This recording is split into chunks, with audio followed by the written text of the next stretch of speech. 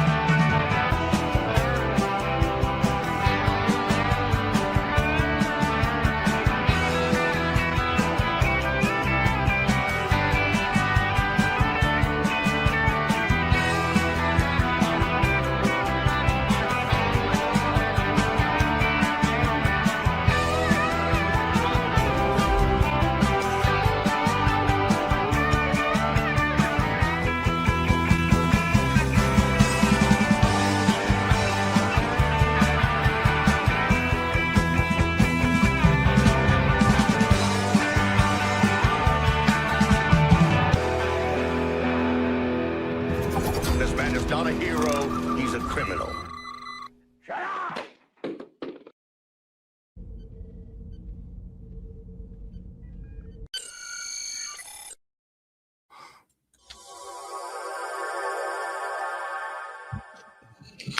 Hello, sirs and madams. It's your buddy Admiral Teag. Hello to everyone out there. It's been a week of events and other stuff. And let's see who's out there. Hello, everybody. You know what? This is the first time, maybe ever, that I've done this show where at the moment the show was supposed to go live, as like 000 seconds, everything was ready. And I just hit live. So welcome. We'll have people coming in as we go on, but it's been a week, huh? Tuesday was fun. Now we've made it to Thursday, and Disney has a new product for you all. It's called Maul. I checked it out the other day. I watched episodes 1 and 2 of this show. Not so fantastic. I have some notes here about my reactions because this is really about it for Disney on the slate. They don't have a whole lot of other stuff. And I guess we could say we're lucky as a return to form in a way. Because Dave Filoni's he's not as involved in this one. And for whatever reason, I'm sorry, Dave Filoni is fully running this one, but it's not live action. So since it's animation, we have a little more, he's not lost. Okay, we don't have some of the problems we had with his live action shows. Like, for instance, in Hulka, with the weirdness to the color patterns and like how the Twi'leks suddenly they didn't look right. They looked like cartoon colors. It looked like he was trying to like enforce like a cartoon color palette onto the world of Star Wars as he saw it. And so here he is, a disowned apprentice of George Lucas. And we're getting this story, and you'll be pleased to know that it is once again a crime story and a story of revenge, because that's what Star Wars is now, right? That's what we do here. Look, the animation, it looks a lot like Rebels. It's not a huge difference, except that sometimes it really doesn't look so great. Inconsistent would be a word that I would use to describe it. Hello, Resolute Germ. Sir, it's good to see you. Guys, tweet out that we're live. I'm not quite sure people are aware of this one.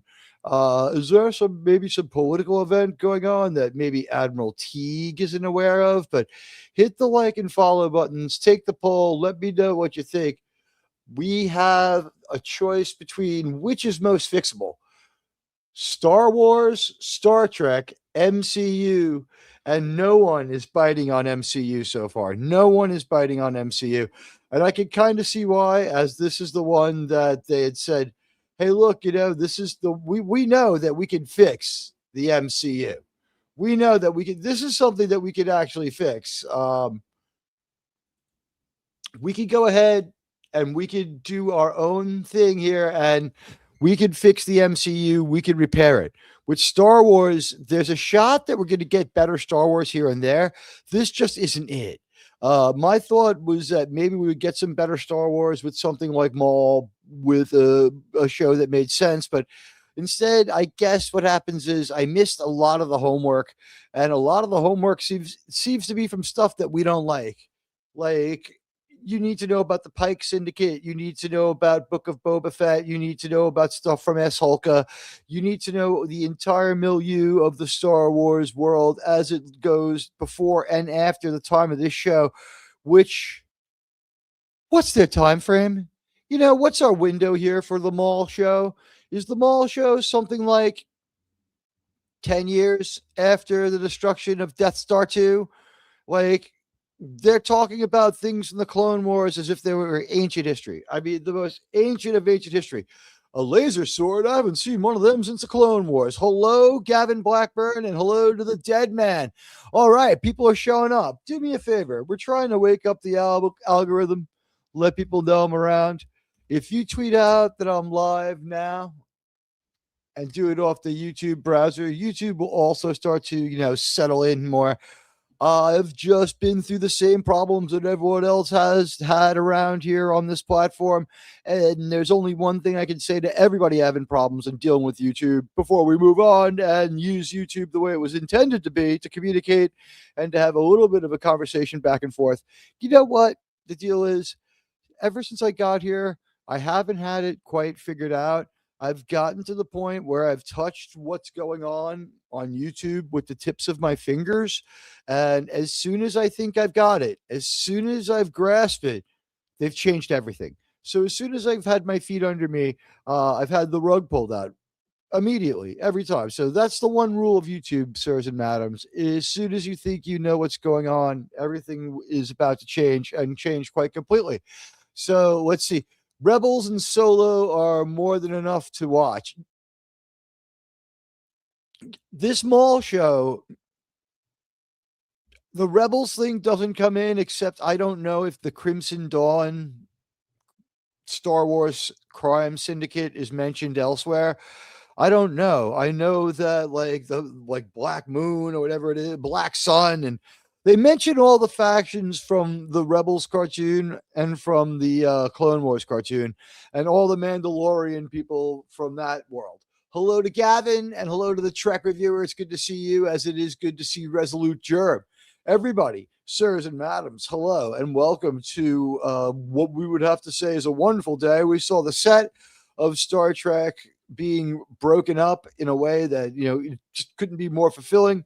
And unfortunately, with Star Wars, it looks like it's just going to be more of the same instead. While there are positive signs and a lot of change seems to be happening over at Star Trek, and we don't know if it'll be good or bad. I'm not going to sit here and tell you I know for sure it'll be good.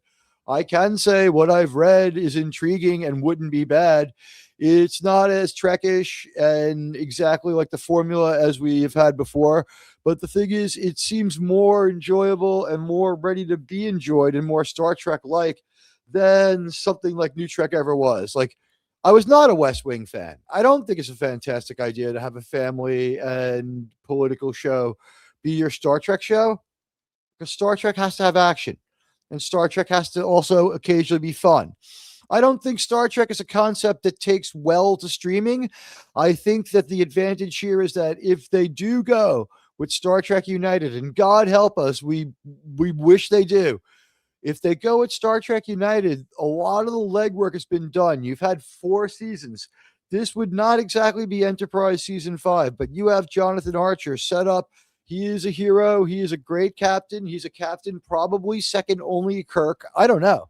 There needs to one day be a poll. I think when we talked to the members of our Star Trek panel, what we found out was it was, Kirk all around was number one. Everyone agreed that, except Germ, who I think when Cisco is number one, I'm not sure.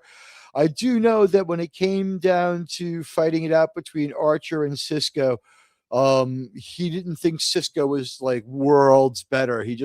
I believe that the long journey of Cisco and a personal connection figured into that when Germ talked to us about it. With Archer, I think everyone has enjoyed he's a little older than they usually went for. He's Picard's age, right? He was like mid to late 40s during the run, and he was a different kind of captain. He was like as thoughtful as Picard, but as two-fisted as Kirk. And they kind of forget that Kirk was also very thoughtful. It's just that he had a tendency to sometimes be able to trust his gut and be a better, tougher version of Kirk. And hello to Lombardi 1969. It's great to see you. I'm going to give you guys some information on this Disney show. Okay, so here's our character, our buddy Maul. I mean, look at him. He's exactly what you'd expect. We've seen this character a million times in Star Wars. There's nothing particularly special or new about him. He's not interesting anymore. We've seen a resurrection that was well earned in the sense of it was a good animated resurrection. I could handle his resurrection for an animated cartoon that was not all that canonical. I enjoyed that much, but to bring him over in live action, in the Solo movie, he doesn't really figure in. Here's our stunning and brave. She's pink. I guess we have pink Twi'leks now, or maybe she's a Togruta as well. I don't know. But our stunning and brave female here, she's a Jedi, all right? So this is the time of the Empire. And it was hard to get a read on it. I didn't see any ARC troopers. Could it be late Republic? I don't know the resurrection time frame on Maul. So they mentioned the Imperial Security Bureau. So definitely, okay, it's after the fall of the Republic. So we go to Coruscant and we see an empty sky. It was very un-Star Wars-like. Everyone has gone to ground conveyances now. People like to drive in Star Wars now. They didn't used to do it. They didn't do it in the days of the Galactic Empire. They didn't do it in the days of the Galactic Republic. But for some reason, in the Middle Empire, we fall into a tech hole. It was a great speeder and, like skyhopper finance crisis of, the 5th year of Palpatine's reign. So they have a lot of highways. Coruscant ends up looking more like Superman, the animated series version of Metropolis. It wasn't fantastic, but it looked okay. Faces up close for too long, especially unimportant characters, inexpressive, underthought. People who are just like, yes, sir, right away, sir. They were just like so stamped out. The planet is Corellia, not Coruscant. Okay, thank you. All right, that makes sense, but we still see people using speeders when we see Solo on Coruscant, also on Corellia. That makes sense, though. All right. They are talking about the Empire not locking down their planet, so the idea that it would be Coruscant makes sense. It's not visually much different than Coruscant. People just drive with wheeled vehicles or ground-borne vehicles rather than use any kind of skyhopper or flight after we know that this is the easiest and best way to get around. Don't ask me why. Look, this is another crime caper and revenge tale. Again, I don't know how else to put it. I don't know how many times I've seen this in Star Wars. It's become kind of boring, the crime caper in Star Wars. It's been how many of the last shows? The Acolyte had a crime caper side, right? Even though it also had the Patty Duke show, identical cousins weirdness. But it was like a crime, like caper. One of them's a criminal. Before that, we had the Kenobi thing. There was some kind of crime caper going on with that. Before that, we had the Solo movie. There were criminals. There's crime caper going on in that. Basically, the Mandalorian moves in the world of criminals. Ever since that show, we've done nothing but the world of criminals. Boba Fett, another show about crime. You got that one. So it's just like these like small pissant petty criminals are like a big deal in the Star Wars world. They have to like keep happening. And they're the only people who do anything interesting. If we just like pass the Palpatine anti-crime bill, we would have no problem with all these gangs running around places like Corellia or Coruscant. Between Captain Eric Pressman and Captain Ronald Tracy. See, before season 3, Strange New Worlds, I would have had Pike as the number 1 captain because he seemed the most balanced Starfleet captain. After season 3, he has fallen somewhere between Captain Eric Pressman and Ronald Tracy. Is Pressman TAS? I'm trying to remember who Pressman is. Is he maybe TNG? I don't remember Pressman. Is he DS9? Listen, the animation looks a lot like Rebels. Filoni probably drew the character art. Hello, Planet X97. Good to see you. I'd be surprised if Filoni didn't draw the character art, but it looks better than a lot of his stuff. It seems to be helped out with computers. There's no way this is every hand-drawn frame. I'm no expert, but this looked to have some computer help. A lot of blank, low detail faces on characters that aren't important. They don't care. When they send us their NPCs, they're not sending their best anymore. And our point of view detective, he's so cookie cutter. The point of view detective is Olsen, but he's Latino and he's got a Latino accent. I guess that's big on Corellia now. Han Solo didn't have one, but this guy does. Maybe he's from somewhere else. I don't know. But like he looks Latino in the classic sense that Disney thinks Latinos are. And in my opinion, as a Hispanic American, and a person whose grandfather was born in Cuba, I think that Disney thinks that all Latino people are just one rolled together group and have no unique identity. Try getting a bunch of people from the islands together in a room, see what happens. People who are Latino have distinct identities. They're forgetting about there's a whole other side of the world with people who have Spanish heritage in the Philippines. There are people with Spanish last names, Spanish first names. Spanish is spoken heavily in the Philippines. So all across the world, they seem to be forgetting this. And Disney, for some reason, in their mind, it's okay. Or in their weird mind, it's more appropriate justice that the Latino guy be an oppressor, which is weird because, they went with Jimmy Smits as Organa since Lucas. I believe Benjamin Bratt is also Latino. So, like, they've been consistent with that, which, did Leia have a Sweet 16 or a quinceanera? I don't know. But here's the thing. Weird droids. The only thing I can say about these weird OP droids is it's a while since Phantom Menace, and it's a while since the fall of the Empire in the Galactic Republic in Revenge of the Sith. It's been a while since Darth Maul died, so 10 years, maybe 15 years since Darth Maul was gone. Technology's improved. We had some pretty weird, capable droids. These are pretty OP. They can fire all sorts of weaponry and do other weird shit. He's doing a lot of sophisticated hacking that makes you wonder why people have to pilot so much stuff in the first place. But whatever. He has at least weird droids or something that we're always sort of used to with Maul. I didn't have as big of a problem with that. That seemed to be building out. They're not showing you much from this show and what they released. They don't want you to see it. Corellia looked to me a whole lot like Metropolis from Superman, the animated series. It was not remarkable. They had cars because I do not believe that the people who wrote the show had the imagination to think in a third dimension. Like Khan Noonien Soong, they showed a pattern of two-dimensional thinking. They needed the car crash and pile up to have some exposition and also get their action scene in.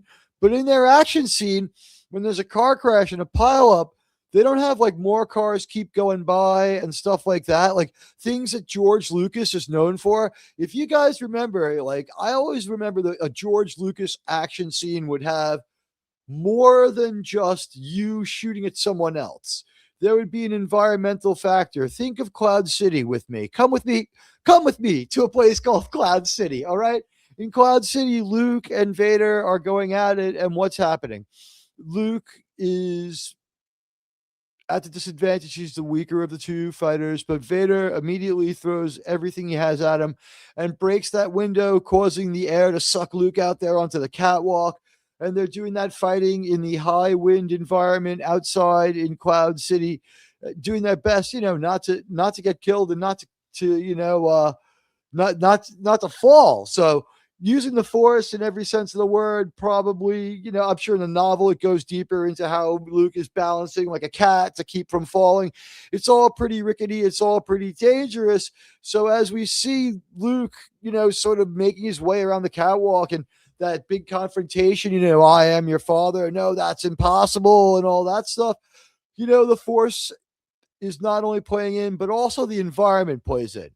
So these cops who are tired and cookie cutter and boring, and the cops droid they're just going with this thing now where droids have as much personality as a human and just happen not to be human. It was really weird. I don't like their new outlook on droids. It sucks.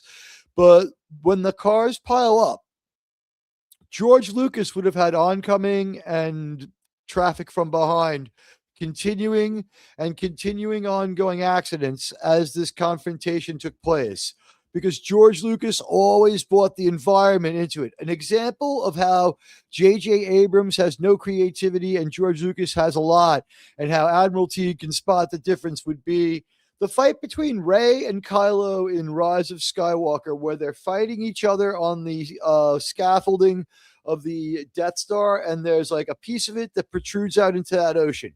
That ocean on the moon of Endor, where we have the 100-foot waves and they're crashing, and we're seeing the waters like coming across. There are waves breaking across it. It's not enough to like knock them over or affect them. It's just enough to see the water hitting the lightsaber blade, because they love that visual so much and they wanted to show the water hitting the lightsaber blade. So we get really that whole visual is for that. George Lucas would have had the entire Death Star be shifting, and he would have had it like lift up with the wave, and he would have had the wave action of that planet figure into what was going on in that fight between Kylo and Rey. And what happens, like, when he finally gets the better of her, like his mom dies, he has a guilt trip, and she gets more Forcey than him and like stabs him through the heart. And then she feels bad, and Force heals him and brings him back, steals his ship and leaves. How does he get off the Death Star? How does he get off the Death Star? Honestly, like, she takes his ship. They think she's dead when they leave with the Millennium Falcon without her or whatever. Like, they know she's not there. They can't get her. They have a countdown. There's like 2 ongoing countdowns. And let's see, Filoni and Witwer are the guys you want rebuilding the franchise. I gave the 2 episodes 7.5 out of 10, and I'm willing to give them the season to see what happens. All right, that was the good news I was going to add in, is that it was brief. It was watchable. Here's the deal. The weapons were sort of inappropriate, and the people were acting like the Clone Wars were a really long time ago when this is Rebels timeline. So there's a problem there. And now I'm asking myself in my mind, I have enough time to think, is this a tarnished brand?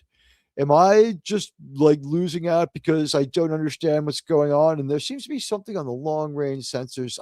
I'm detecting something here. Admiral Teag, incoming super chat. Sig Valdeson, my friend, it's good to see you for the second time today. Pop culture is dead, says our friend Sig Valdeson with a $5 Greenlandian greenback super chat. He says Star Wars, Star Trek, HP, Doctor Who, all dead and being desecrated week after week. I'm trying to think who HP might be. I'll get it in a minute. I'm sure it's pretty obvious and I'm just being dumb. But I'll tell you, what is fixed too is the NFL, in my opinion, just lies straight from the pit of hell, keeping the New York Jets down. But the pop culture is dead, says Sig Valdeson. Sig, I thank you, sir, and I thank you for your support. And wow, on the radar, we have another reading. It's anomalous. Mr. Worf at Tactical. What's the computer have? Admiral Teag, incoming super chat. My friend RRTNZ. Breaking news. In penance for uprising, each district shall offer a male and a female between the ages of 12 and age 18. Henceforth and forevermore, this shall be known as the Hunger Games. Oh, wait. Never mind. May the odds be forever in your favor. Is that the salute? I've seen like 1 or 2 Hunger Games movies, and like one is tempted to use the joke that like, oh, Hunger Games 3, sirs and madams, the best performance by Philip Seymour Hoffman, because that's where he's like, a really early CGI ghost? And he's like, yes. And it's like, I think you're doing a fantastic job. Yes. It's like, he's just not, it's not working that well. It was too soon for a CGI ghost, but Sig and RR, thank you very much. And let me just take a moment and greet everybody who's managed to make it. We got a guest coming too. Fletcher will be here presently. Guests will be installed on Tuesday.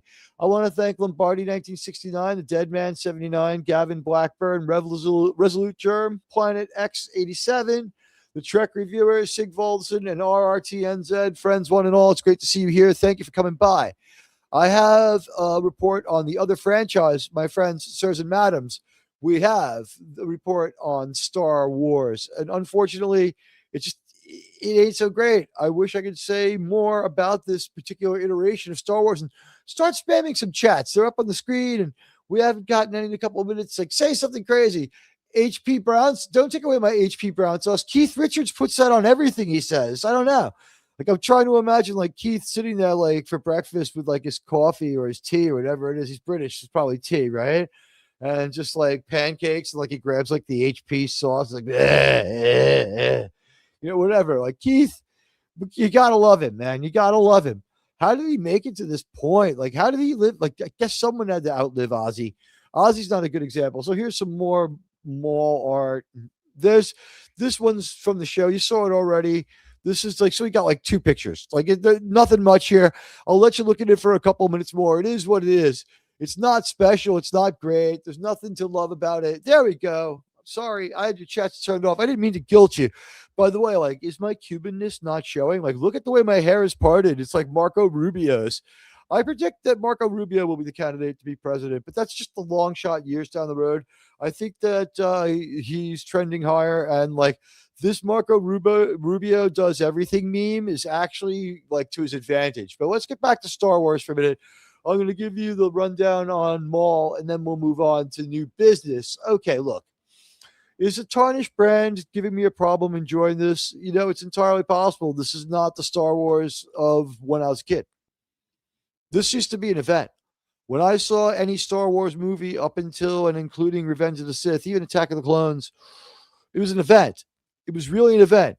Even Attack of the Clones was an event. And I got to admit, I think Attack of the Clones is a little bit better than Phantom Menace.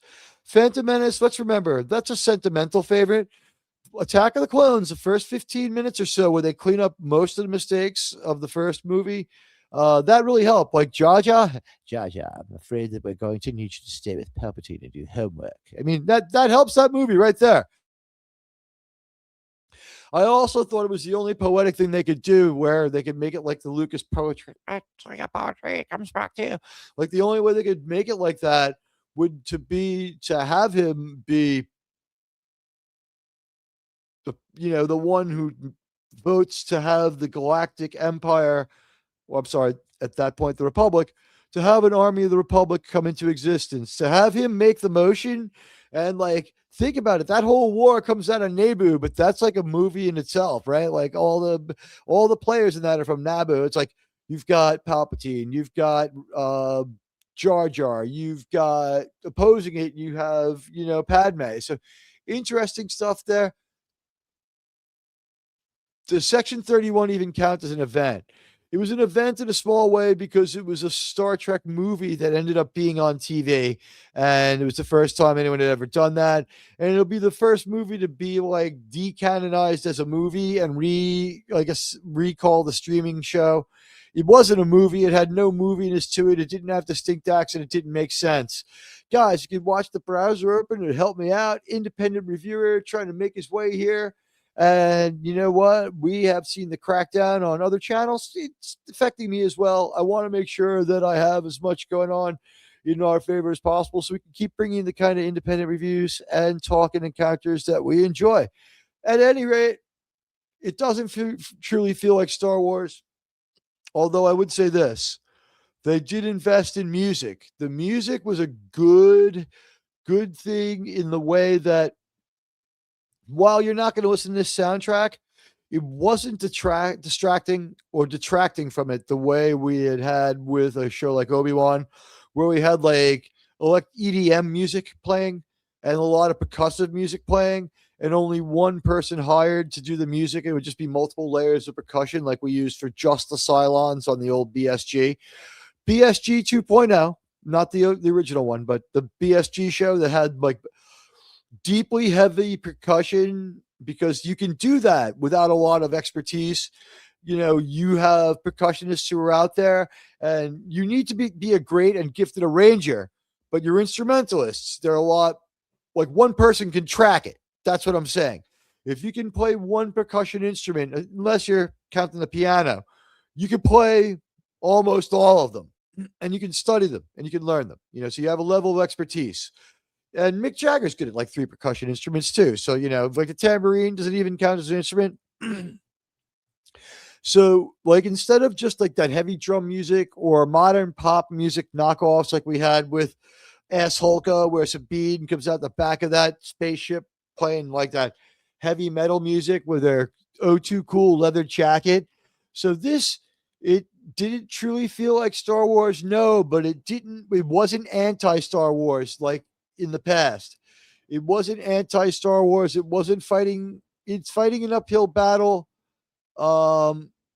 It has a history of anti-Star Wars ahead of it, but this particular show was not anti-Star Wars. It didn't lean in heavily, but I don't know if you can right now. But the one thing I was happy to see back was I was happy to get back the music of Star Wars. Not like this was not John Williams music, but it was good, and it was good enough. It elevated it to worth watching. It was good music, okay? It was good enough. It fit the tone. It had inspiration and influence from John Williams. They may have licensed just a little bit of it for Darth Maul. It was good. It was more than good enough. Gavin, HP sauces, molasses, vinegar, and tomatoes in a sauce. Very good on an egg, bacon, and egg and buddy. You know what? I bet Keith Richards would know stuff like that. You'd figure he eats breakfast like right about now. He'd be waking up to get ready to go out and start his day. But yeah, like Keith Richards, my time, by the way, Gavin's time would be when Keith Richards would be eating dinner. He is in Keith Richards' land. And what is really weird is he's in the land of Keith Richards, but I'm in the neighborhood of Keith Richards. He's got a New York City townhouse, but he also mostly lives in Storrs, Connecticut, which is not a million miles away from where Mark is. But it's fighting an uphill battle, but it is not anti-Star Wars. I would say it does not truly feel like Star Wars, but they're not spitting in its face. We have music appropriate to Star Wars playing the whole time, and there's enough music. It started to cross the threshold of enough music to Star Wars for the first time. Maybe that Disney's done it. So there was a commitment to trying to do it a little better on that level. I'll give them that. They had the music. Whether they license their own and reuse it well or not, I don't know. But they did a great job with the music's appropriateness. It didn't pull you out of it. So high marks on music. We talk a lot about that here. I play a couple instruments myself. So, my interest is there. I love music. Okay. 3PO is now a low personality droid by comparison. I spoke about this a little bit. The droids, they are very human-like now.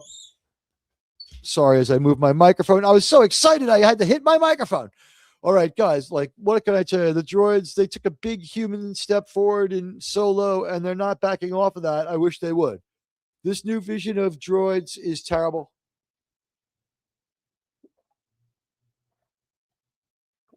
We're talking Return of the Jedi 3PO.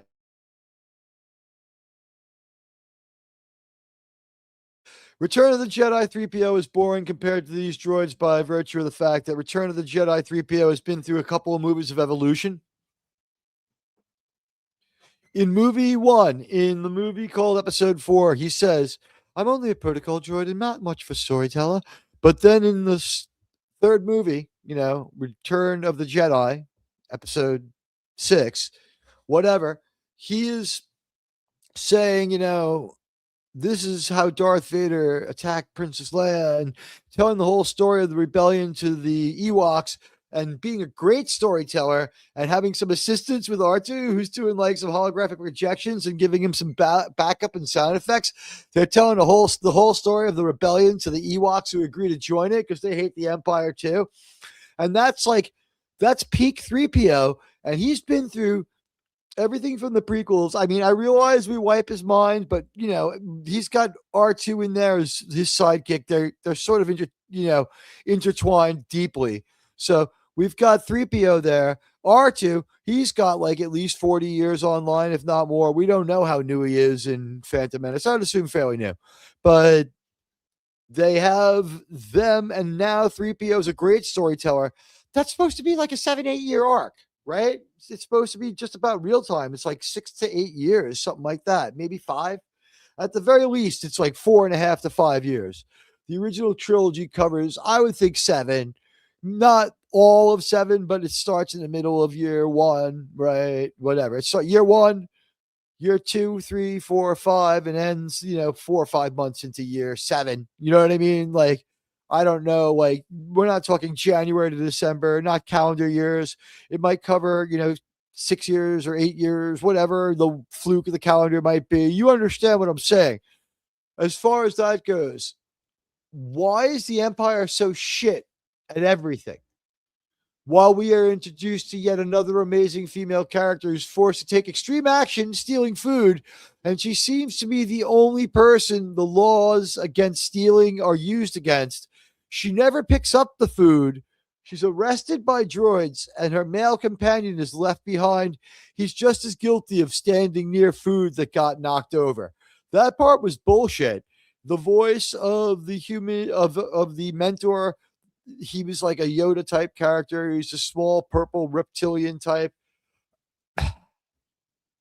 He wasn't great, but it's Dennis Haysbert from 24. Okay, so we've heard his voice before. He's a good voice and a good voice actor. I enjoyed having him in there, and I thought that he was a good addition. You're doing well with Haysbert. So, like, again, there is a commitment to quality. Here's the thing. We've imbued a character with traits that we never knew he had, and there seems to be a lot of homework. Germ, I think if you're out there and able to respond, and I don't know, I'm looking forward to catching up to him when he's back and to get everything straightened out. Best to you, buddy. Sir, well, I salute you. But as far as this entire thing with Maul, I guess it's 10 years, 15 years have gone by since the events of Phantom Menace. We've got the Galactic Empire in full swing. Everything's fine for them, but they can't get shit done. They're shit. They're the only thing worse than the Galactic Empire 5 or 10 years in is the Galactic Republic at any point, or Galactic Republic 2. They're terrible. But we meet another amazing female character, and I guess she's a Togruta or Togrota, whatever she might be. She is what she is, and she's got these like head tentacles, and she does her thing, and she's going to be a Jedi. We don't know how far along her training is. She's very analogous to Ahsoka.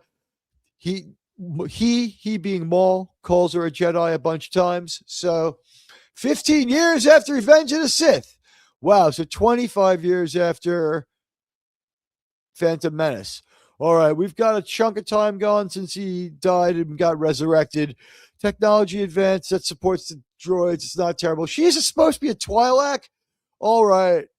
It's not very well rendered. I have some issues with the animation. Would you say the animation was a little weak? This was my problems with it. Tarnished franchise might be holding it back. I admit this. All right.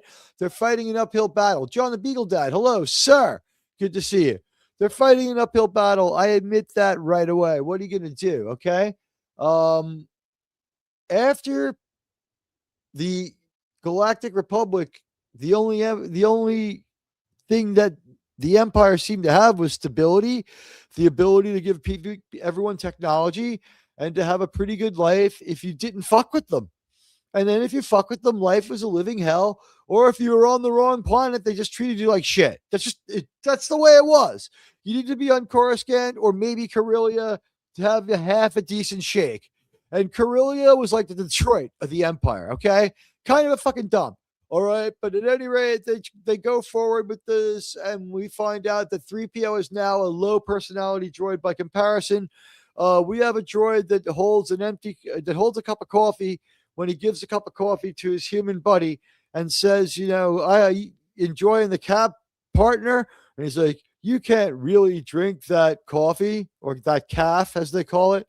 And to me, I'm thinking, yeah, I mean, everybody's only known that since 1977, like 49 years later. Why are you telling us this? And what's going through my mind is, my God, they're restating the plot for everybody like they've never seen Star Wars before. We have to sit through a reintroduction. So that's going to hold this back. Maul, he's sufficiently villainous, but like, the Imperial Security Bureau says to report him immediately and tell no one you saw him at the same time. He's top secret, but they have an all points bulletin on him. As soon as he's recognized, it comes up. At least their computers made sense.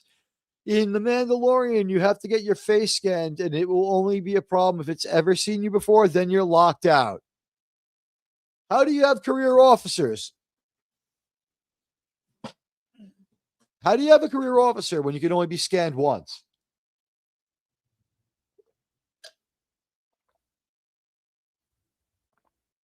Sorry, you can see I'm Cuban. I'm also doing the Marco Rubio gulping water. I don't drink a lot of water for a long time before I go on the air. Would make sense, right? So when I go on, I'm usually parched. I just drink a lot of water. The animation is a little dark, but otherwise fine. Yeah, the overall thing, it was dark. None of the above is fixable. It had all three genres. What are you saying? I'm not sure. Help me out. Sir, says Sigvaldson, the Galactic Empire brought order to the galaxy, sir. That's why I don't like this. The Galactic Empire should have had more order. No one should have been living in abject poverty. It seems like all we deal with now is people who fell between the cracks and criminals. And when that's all you ever deal with, it looks like the whole society was a crack and it was a glitch, that anyone ever had a good life. The feature is that your life sucks.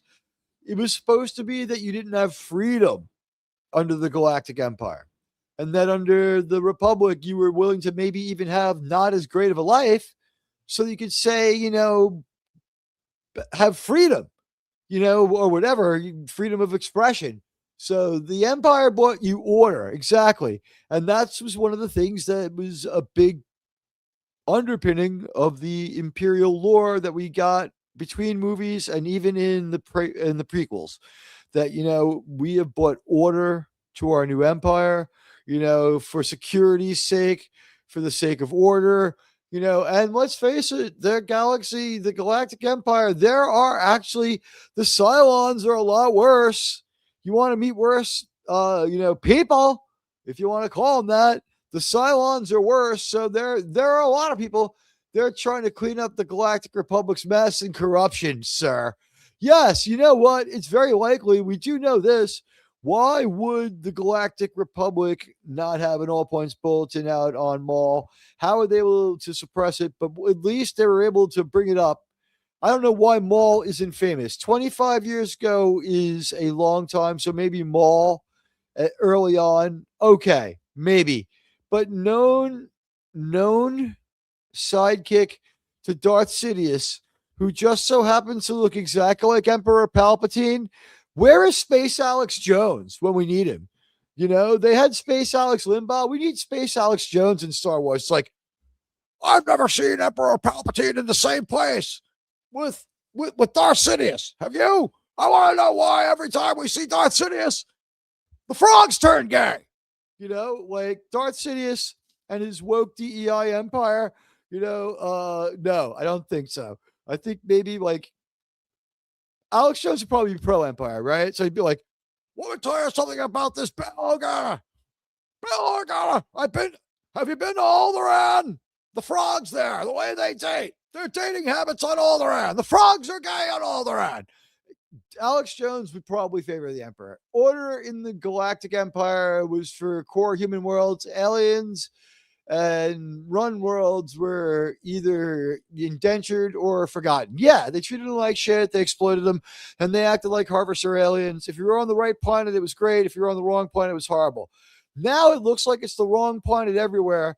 And if you have a core world that's supposed to be okay, it should be Corellia. And I would say we should not count the Solo movie as overly canonical, although I have a reading on the long-range sensors coming in. What is that? Admiral Teag, incoming super chat.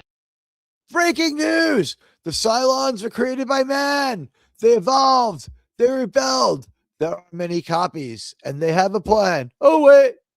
Never mind. You know what? Because I want to have less of a pattern, I think one of the things we're going to be doing here is taking little side quests. So this week, instead of just going forward, we only have just so many episodes of Enterprise left. And it took us 2 years to make contact with the Enterprise people and have them sort of endorse our show in a tacit way. If you show up in our chat and you're polite to us and you're telling us that, you love you love that we're talking about it, and you say that you love to see Linda's greeting there that we played, and you're still endorsing things that we like today. I didn't know that Manny Cotto had passed away. He would have been 65. Today we just passed First Contact Day, or Worst Contact Day as we call it, because I don't love that movie. But Juan Carlos Cotto, I guess a fellow Latino as my well, I'm not Latino, I'm Hispanic, right? All right, a fellow Hispanic like myself posted about Manny Cotto. I was not aware he had passed away in 2023. It was pancreatic cancer. So I wish his family peace, especially as we passed through recently this time of Easter. I'm making assumptions that he was probably Catholic, but he did have a Hispanic last name. Let's just say that I enjoyed Manny Cotto's work. I thought he was a really good writer on Star Trek all the way through at least TNG. I started seeing his name. I thought he did good work. I liked what he did with Enterprise. And I think season 4 has a lot of Manny Cotto stories. So thank you, RRTNZ. Sir, you know what? You guys have been so generous. It's time for a little media package. You guys have earned some space patent. All my life, I've wanted to lead a lot of men in a desperate battle. I'm going to do it. I am going to be allowed to fulfill my destiny.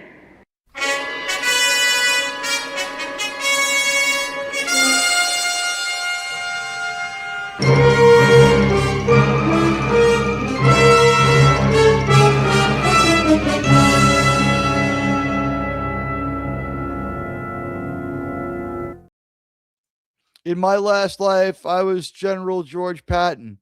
Because of reincarnation, in a future life, I will be James Tiberius Kirk. You guys need to help me save Star Trek. Mike Sussman has what it takes to be the Star Trek creator. We're really lucky to have caught his attention. So what I think this week will be our Saving Star Trek focus is actually going to be the feeder episode to In a Mirror Darkly, his mirror episode, rather than the episode itself. There are 2, at least, episodes that feed into A Mirror Darkly. One is the Tholian Web. I believe we should watch the Tholian Web. It's been special editions to line up with Enterprise, and the Enterprise special effects people handle the effects. So I'm assuming a near identical Tholian. We're seeing a touched up and redressed Enterprise for the final episodes. It's too bad. I look over at the ship that Sean made for me. I spend a couple of minutes concentrating on it before every show. And what it does is it puts me in a Star Trek kind of mood, and it makes me more ready to go ahead and do a Star Trek show as I try to capture some chill. Believe it or not, that's me after attempting to gain some chill when I come on the air with the hello, sirs and madams. But to have 10 of you here, what an honor. Thank you for keeping your browsers open. I really do appreciate it. It's helping out a lot. This show, going through major analytical growth, major sub growth, and major host growth at the same time. I can only grow as fast as my channel, but at the same time, if my channel grows quickly, I will apply myself and I'll do everything I can to try to come out, of the gate as hard and as efficiently as I can. And I've been on a bunch of other panel shows, and I know that hosts make mistakes because I see myself in them. So, no shade on anyone who's had me on. In fact, thank you. But you know what? You get the heroes that you're presented with. And in this YouTube endeavor, I've been chosen to save Star Trek. That's what I believe. It's my channel identity. We do this talk show a couple of times a week and talk about other stuff and Hollywood and Paramount and the people who bring us Star Trek. But we have a Star Trek show every Saturday where we celebrate it. And we are now 2 years soon, the longest running Star Trek review show on YouTube. So I thank everyone who shows up every week and everyone who shows up for these weekday shows to keep the channel engaged and to keep our shield up as we journey through the world of pop culture. And do you like today's Hellion? And I thank you, RRTNZ. Thank you, my friend. And Resolute Germ says most everyone who knew it was Sidious knew if Sidious was dead. Corellia's mid-rim. Okay, yeah, you're right. And RTN says, Cherry Pip, folks. Hello, and PVE777, my friend. It's good to see you sticking around, keeping the browser open. I appreciate it. Planet X97, are you still here? Guys, say hello and use some of those channel emojis you have. A lot of you got channel memberships. You get to use them. Use those emojis. Spam them a little. They're fun. They're fun. You'll like the channel emojis. Use them. So, you know what? For the hell of it, I don't do this a lot, okay? But I think what I will do is, terms kind of apply and stuff like that. But I think what I'll do is, just for the fun of it, to get a few people engaged, we'll do a little super chat, a little membership drop, and you guys can join as members. Rebel Rose, hello, Rachel Piercy Art. Hello, Rebel Rose YT out there. Hello, Lord Duck Vader. Duck Vader's a great guy. Duck Vader and I talk on X all the time. Hello, Jaminova, 1969. Hello. And Ages Flow Drives to Hike. Hello. And Fox Hills 1E. Welcome to all of you to the family. I love those avatars. Some of them are great. Is that the fox from Disney's Robin Hood, the animated one from 75 or 6? I love it. Way to go. So 5 memberships to you guys gifted, as a sign of thanks. And also, I heart your chat, RRTNZ, as well as Sig Valdesons. You guys are great. The lifeblood of this channel as we continue with some independent reporting and some independent reviewing. We're almost done with our Maul rundown, and who knows, maybe Fletcher will get here. If not, hey, shit happens. It's not a big deal. Weapons were sort of inappropriate, and people are acting like the Clone Wars were a really long time ago when this is the Rebels timeline. So while Phantom Menace was a really long time ago, the Clone Wars start in Attack of the Clones, and they end in Revenge of the Sith. So if it's 15 years after Revenge of the Sith, this is not that long ago. I mean, we're talking like the 2009 World Series. Wasn't even that long ago. We're talking like 2011. 2011? Things from 2011 don't seem that long ago. I mean, the Croc Hunter was dead a long time in 2011. What was 2011? I'm trying to think here. All right, Planet X87, do me a favor. If you're out there, a couple of interactions every once in a while, a couple of emojis, anything you can do, keep the chat moving along. It really does help, and it sends very positive signals that people are engaging. And also, we have our channel poll. Can I reach the channel poll, though? It is so weird. I set it up before the show. It should be up there. Let's see. All right, here we go. Which is most fixable? Star Wars 33%, Star Trek 40%, MCU 7%, and like, stream, see results. Listen, you're all wonderful people, and I thank you. Whether you're coming through now or later, your like counts. We're trying to get to 30. Very important personal goal for Admiral Teag on every stream. As important as anything else, this show is about getting out the word and getting people to engage in Star Trek's older side and to push the Star Trek that we love to come back, which is why I think Mike Sussman is the logical new Star Trek creator. He has the fans in mind, and he's not too good to talk to us. He came here and he talked to us, and he was being really cool, and he was talking about the episodes. It was great. He also did the show The Last Ship, if you remember that. Quality show. I enjoyed it. The Last Ship was a pretty good show. COVID sort of killed that one, but they took like The Walking Dead and Star Trek and sort of melded them together in a kind of a cool way, a way that I enjoyed. But please, give me 30 likes. And thank you, Planet X87, for the pew pew. Anyone else still out there? PBE777, I acknowledge you. Better question is, it says, which company can clean sleep and social ideology activists then reset to creating again? It looks like the shot could be for Star Wars for this. I understand if the rumors are true that there's going to be some licensing of Star Wars. So it's always possible that there's some Tarantino-like guy. Obviously not Tarantino, but, a young guy with like a level of ability close to Tarantino who loves Star Wars the way Tarantino loves Star Trek, who's like, all right, I know it's a mess. I know it's damaged, but I'm going to jump in there and I'm going to make a Star Wars movie. It's going to stand alone on its own planet. And I'm just going to put it in the Star Wars world. We have chances for isolated Star Wars world movies where we would be able to have people on a planet. And please not Tatooine again. Please not Tatooine. Not again. Not again. Please not Tatooine again. Just please not that. And we can see about like a small stake story. I have said for a while, imagine two Jedi, the Master, Keanu, and the Padawan, Timothy Chalamet. These are both stars that would put people in the seats, and their Star Wars story could take place on its own planet without having to be connected to any larger universe and no homework. So I resented the homework in Maul. Germ, you've done the homework, so you're able to enjoy it.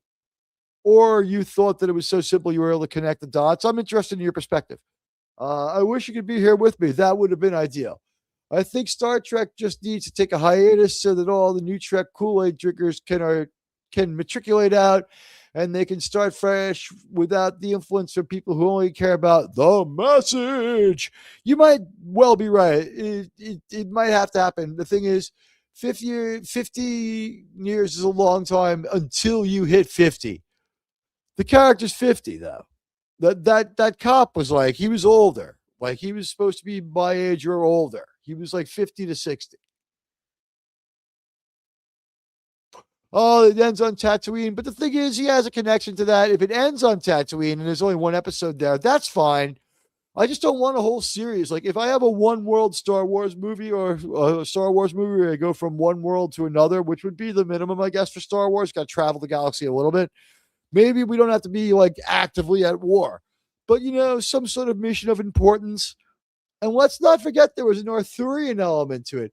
I'd like to see a Star Wars story set on Hara. Hoth, Arctic conditions are the worst for humans. Set a story there. For me, I can survive the Arctic conditions a little better than the tropical conditions. But yeah, you're not wrong.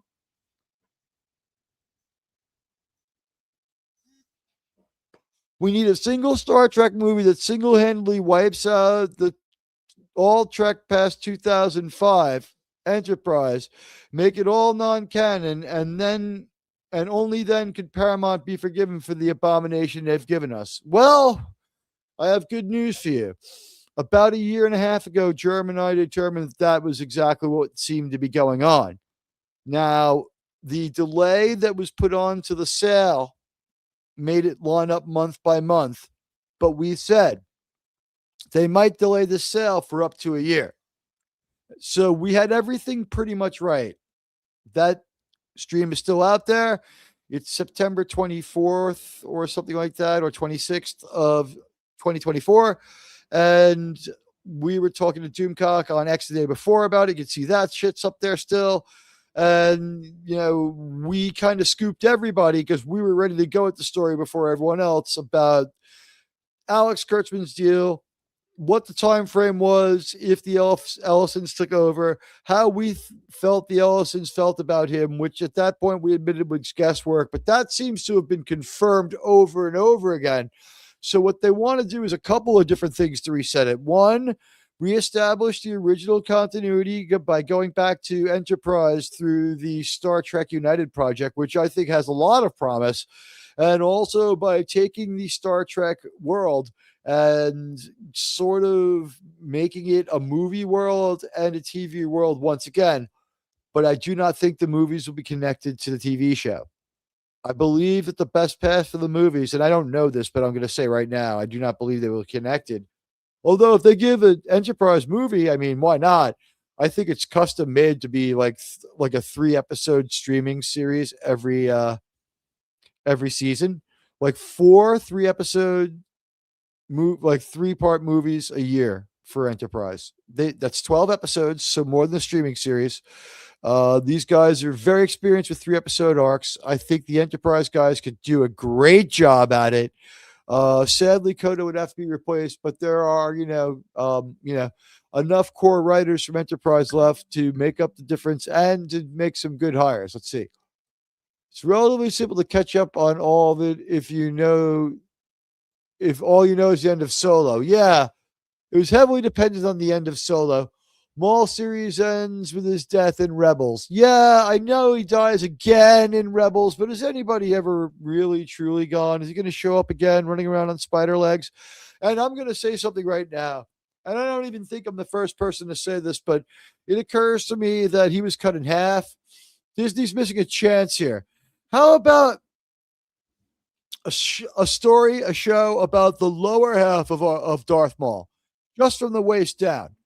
Darth Maul only from the waist down, and what we'll do is we will have him maybe have a droid head, and it'll just be his lower half running around doing all sorts of things and using the Force the way that it would be in that situation. And I can see him getting some life signs from the planet. So without any further ado, I can see that I'm locking on the Fletcher. Let me beam him to the bridge. He is a friend of the program. You know him. You love him. He's a friend of mine.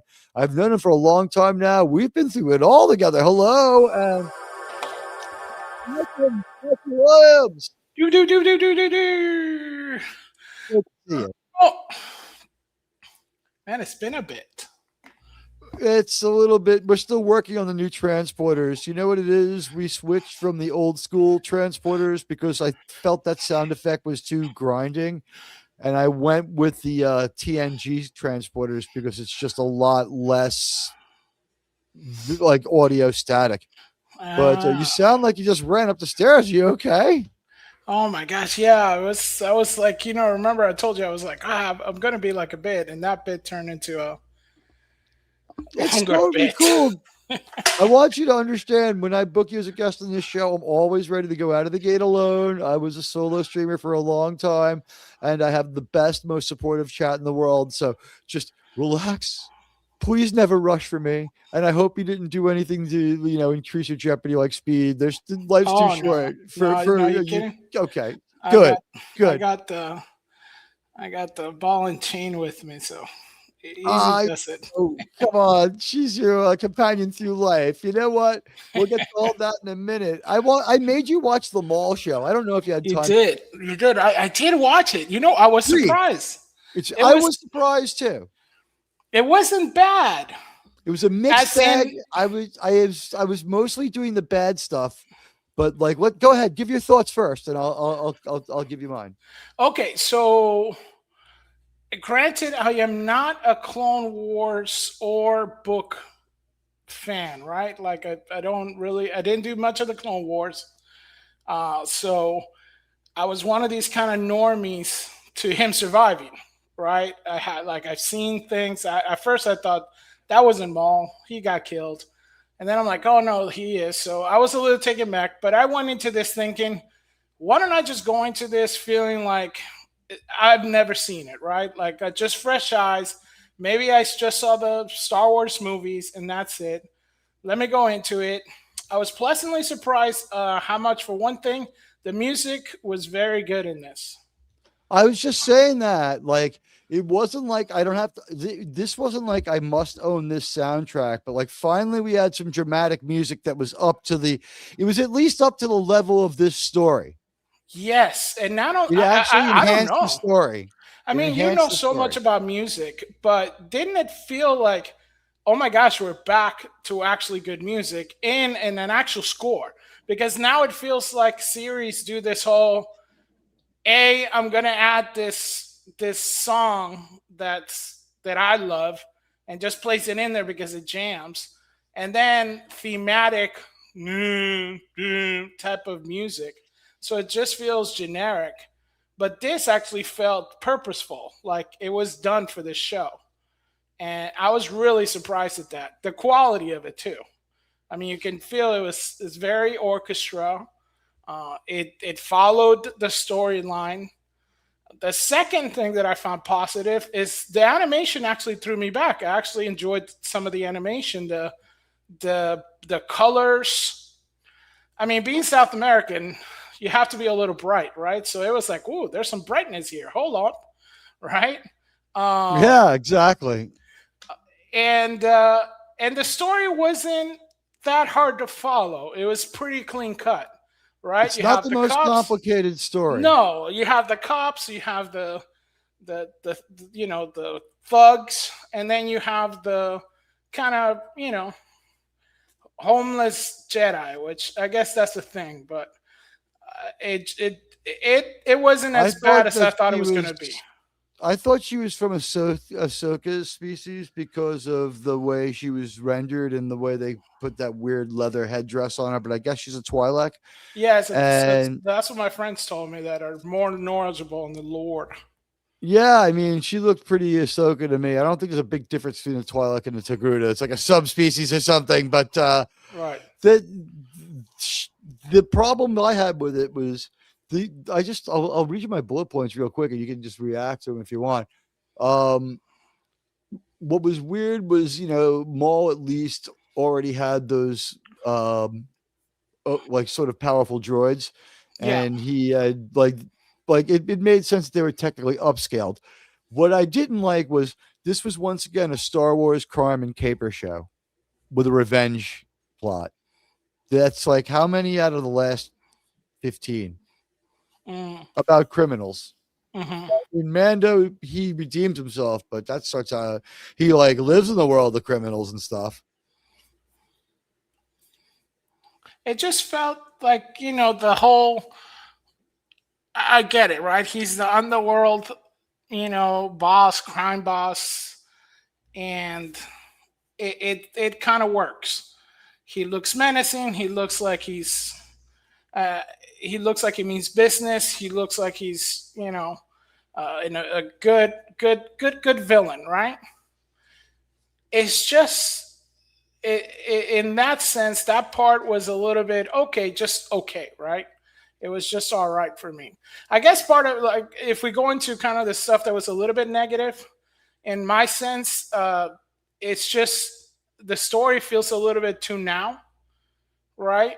The whole like cops. I mean, like, come on, they even have the lights, right? So it was like, all right, this is like, I don't know, Law and Order. Yeah, and the cops themselves, they're not evil, but the police department is sort of evil. It's like, oh, these people themselves, like, they're just caught up in the cogs of the machine. Like, at least they've softened it to like, if this had been 2 years ago, I guess maybe like we could see like, is this an improvement? Because 2 years ago it would have been like he would have also like we would have followed him home and he would have beat up his wife or something like that. Just he is divorced and almost like he's not in the kid's life that much because he's overworking, and that's the other thing with Wagner Moura, which is great Brazilian actor, but I just where's the gravitas of those great British actors? They could have just picked any like rando Royal Shakespearean Theater dude, probably paid him less and got the same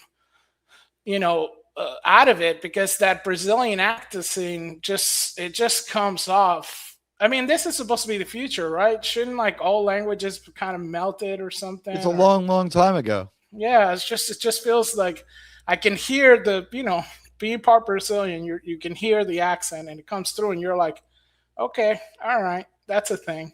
The droids are kind of cool, but yeah, the boss lady being boss lady is like, oh, okay.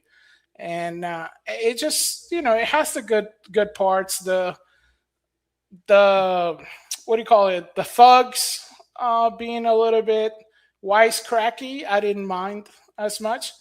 And they had good voice imitators for like Steve Buscemi was one of the voices they imitated. Yeah, it did feel like that. They did have that what was it that I really enjoyed? The little saucer droid. That one has like more emotion than a lot of the characters. He's one that was semi-precedented, right? Yeah. Semi-precedented from Phantom Menace because he has those probe droids that follow people around. Yeah. But he also has he doesn't have the assassin droid, but he seems to have been providing tech to that assassin, so he might have given her that. That one, the one that he's petting, and I was like, okay, that's different. He's petting the droid, but yeah, I don't like their disposition on droids, where droids are just like metal humans. Like, what's the point of having droids if they're just going to be humans in metal bodies? I don't know. I think they started kind of doing like that. Don't you think they kind of started a little bit of that with R2-D2 and C3PO? With in like the prequels, right? They had a little bit more. 3PO for sure, because in the first, I think they built on the arc they had from the OT. Because in the first movie, right? 3PO says, I'm only a protocol droid and not much of a storyteller. Right. And then in Return of the Jedi, he's telling this like involved story with a lot of acting going on, and R2's backing him up with the sound effects about Darth Vader and the Battle of Hoth and everything else. So the Ewoks. So like he's arced. He's now a storyteller, and he's developed like all these facets of his personality. And we don't mind wipe him again until Rise of Skywalker, which we do for no fucking reason.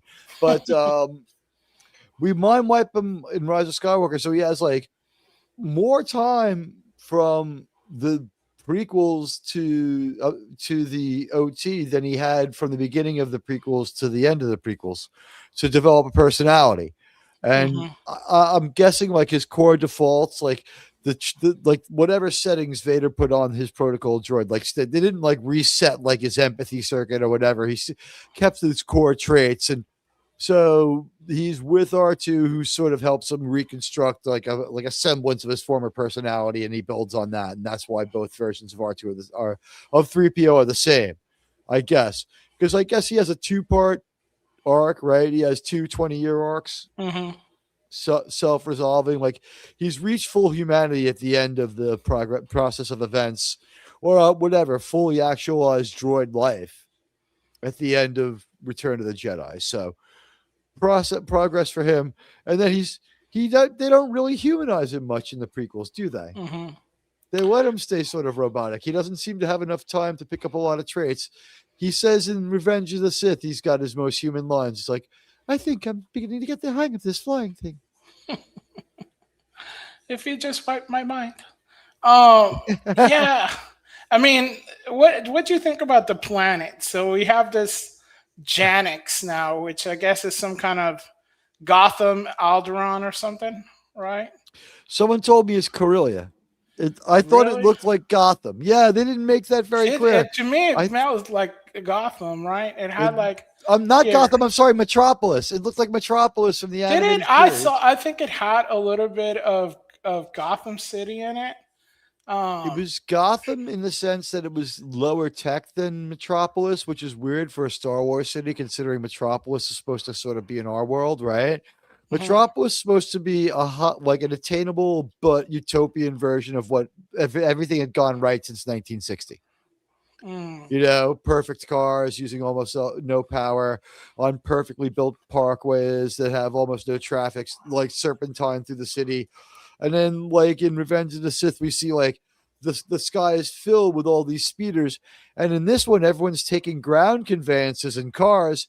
And I mentioned, did you notice that when we had the car pile up and shootout, one thing that George Lucas, I think, would have left in that these guys didn't take into account was, don't you think the oncoming traffic and traffic coming from behind them would have kept on playing a part in the fight and changing who had the advantage a couple of times? I think that you would need a little bit more budget for that.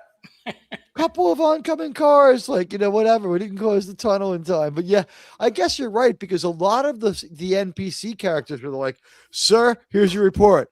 Those people have the most inexpressive faces and they look like shit. Well, you notice a lot of them are just droids, right? I think there's a droid heavy law enforcement. Yeah. Definitely. I do think that they did do some, I say, give them the benefit of the doubt, some kind of smart cost cutting techniques, which is to have the a lot of the police be droids. You think that pays for the orchestra, perhaps? I would have made that trade, because that orchestra was nice. Doing the right thing. Yeah. Honestly, we had a scene that could have been from a bunch of other Star Wars movies where the door of the ship opens and it's raining and we see a robed figure and the red lightsaber gets ignited. But for a change, we have and it's like, maybe it's not John Williams, but the guy understood John Williams enough to play music that filled in well. Whether they bought some of the less inspired John Williams stuff from towards the end where he didn't get, they weren't telling him the story or the plot anyway. He's like, all right. It's some goddamn Star Wars music. He still did a good job too, but you know what I mean?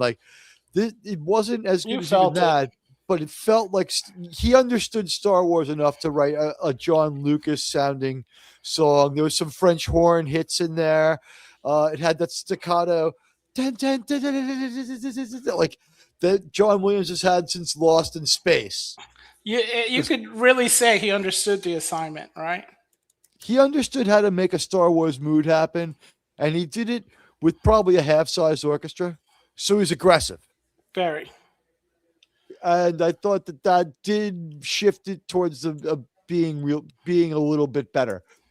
Vehicles that don't fly on Coruscant, which turned out to be Corellia, which is where they make the starships where Han Solo's from. Not many vehicles at all. There's there's no technology going on in the mid-Empire period. It's still a technical planet in a shipbuilding world. I would imagine life would be shit there more than you would have no tech on the planet where Han Solo came from, where they built the starships. I think that's what they had a little bit of that. That's why I felt it was very Gotham-esque, because it did have that whole kind of Batman, the void of building towards underworld side to it. Even we get some of those Killer Croc type sewers, right? And how I propose that the Jedi is a little bit of a lizard type of person, that is kind of cool, because they did it really well. I mean, the actor, I think, isn't that the guy that does it's our former president from 24. It's Dennis Haysbert. Yeah, and he has such gravitas to his voice. It just brings a lot of dignity to the character. And I felt that. I thought it was great. If anyone else had said a few of those lines, there was a few stinkeroo lines in this. Oh, yeah. It wasn't like this was the most beautifully flowing Star Wars thing ever. No. But I got to say, when you have characters like that, see, that's what made, sci-fi.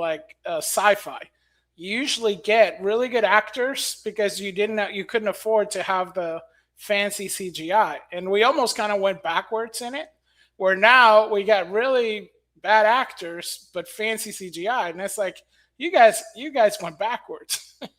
Yeah, it seems like they're in a tech hall. You know what? Jerm got the information here. The music piece that we're talking about, it sounded enough like Duel of the Fates. I knew it was inspired by it. It sounded like non-copyright infringing, riff on it. What it is they bought the rights and they did a remix. Whether they remixed the original tracks or they bought in another orchestra and took a different hit and like just moved the pieces of the orchestra suite around. I don't know. It doesn't really matter. It had that Star Wars feel. It elevated a mundane scene. It saved, and like all through this show, like there was a consciousness that they had been making low quality shit, wasn't there? They were cognizant that they had been making low quality shit.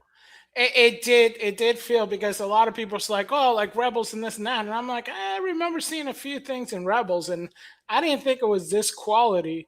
Even like the animation had, if you notice, some of the characters had that whole, a little bit of like frameage where the frame was like the forward character and the background character was a little muted. And then when the other character that was in the front frame talked, it shifted. So it almost looked like it was 2D, design. Right? Yeah, and the sound design loaned to it. You're right. Yeah, coloring, they shifted sound the design, perspective. Yeah. Yes, they understood the depth of field of Star Wars.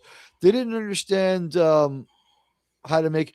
If they should have poured a little more money into that scene, if that's what it took to sell the first couple of episodes with a real Lucas-like action scene, rather than like, didn't this sort of feel like we took, Edward James Olmos from Blade Runner and threw him into a Star Wars world? Right? Maybe, yeah, but I think everybody kind of had hit their marks. This is the kind of things where I won't blame the actors. I blame the director, because I think that was the director of not giving the proper kind of cue, right? Right, that might be true. Yeah, because I felt like everybody kind of hit the mark that they were told to hit. I just feel like, they might have been either too jumped in, or it was just, you just didn't need it, right? The scene didn't move forward because of it. And a lot of things were a little bit forced. Imperfect scenes. In a 22-minute show, they still managed to have like a wasted minute here and there. Not a lot. Not anywhere near what they used to. No. They had some of the same problems they always have, but like they seem cognizant of it now, or at least this particular production of Disney was like, you know what? It seemed like they brought in a script doctor or something to be like, no. But the one thing they couldn't stop them from doing is we're going to have another just lost Jedi character here that is completely, out there without any sort of grounding and no guidance, no Jedi temple, longtime solo operator. And she's another strong, amazing female. All right. That's almost baked in. Like you're waiting for it to happen, and it does. But what I thought sort of sucked was we ended really weak with a plot convenience. For most of this episode, this female Jedi character is sitting in a cell, pouting against the wall, not being very Jedi-like, like maybe sitting akimbo on the floor, like concentrating on the Force would have been a little more, she's got to be a rage chick. So she's angry. She's like, sitting with her back against the wall, staring a hole in the floor. And then at the end, after Maul decides to leave her there to rot in this crashed like ship where she's been put in the brig or whatever the hell happened, because for a show that's only 22 minutes long, it was not very gripping either. It did have a little bit, like you said, of Wayne in it.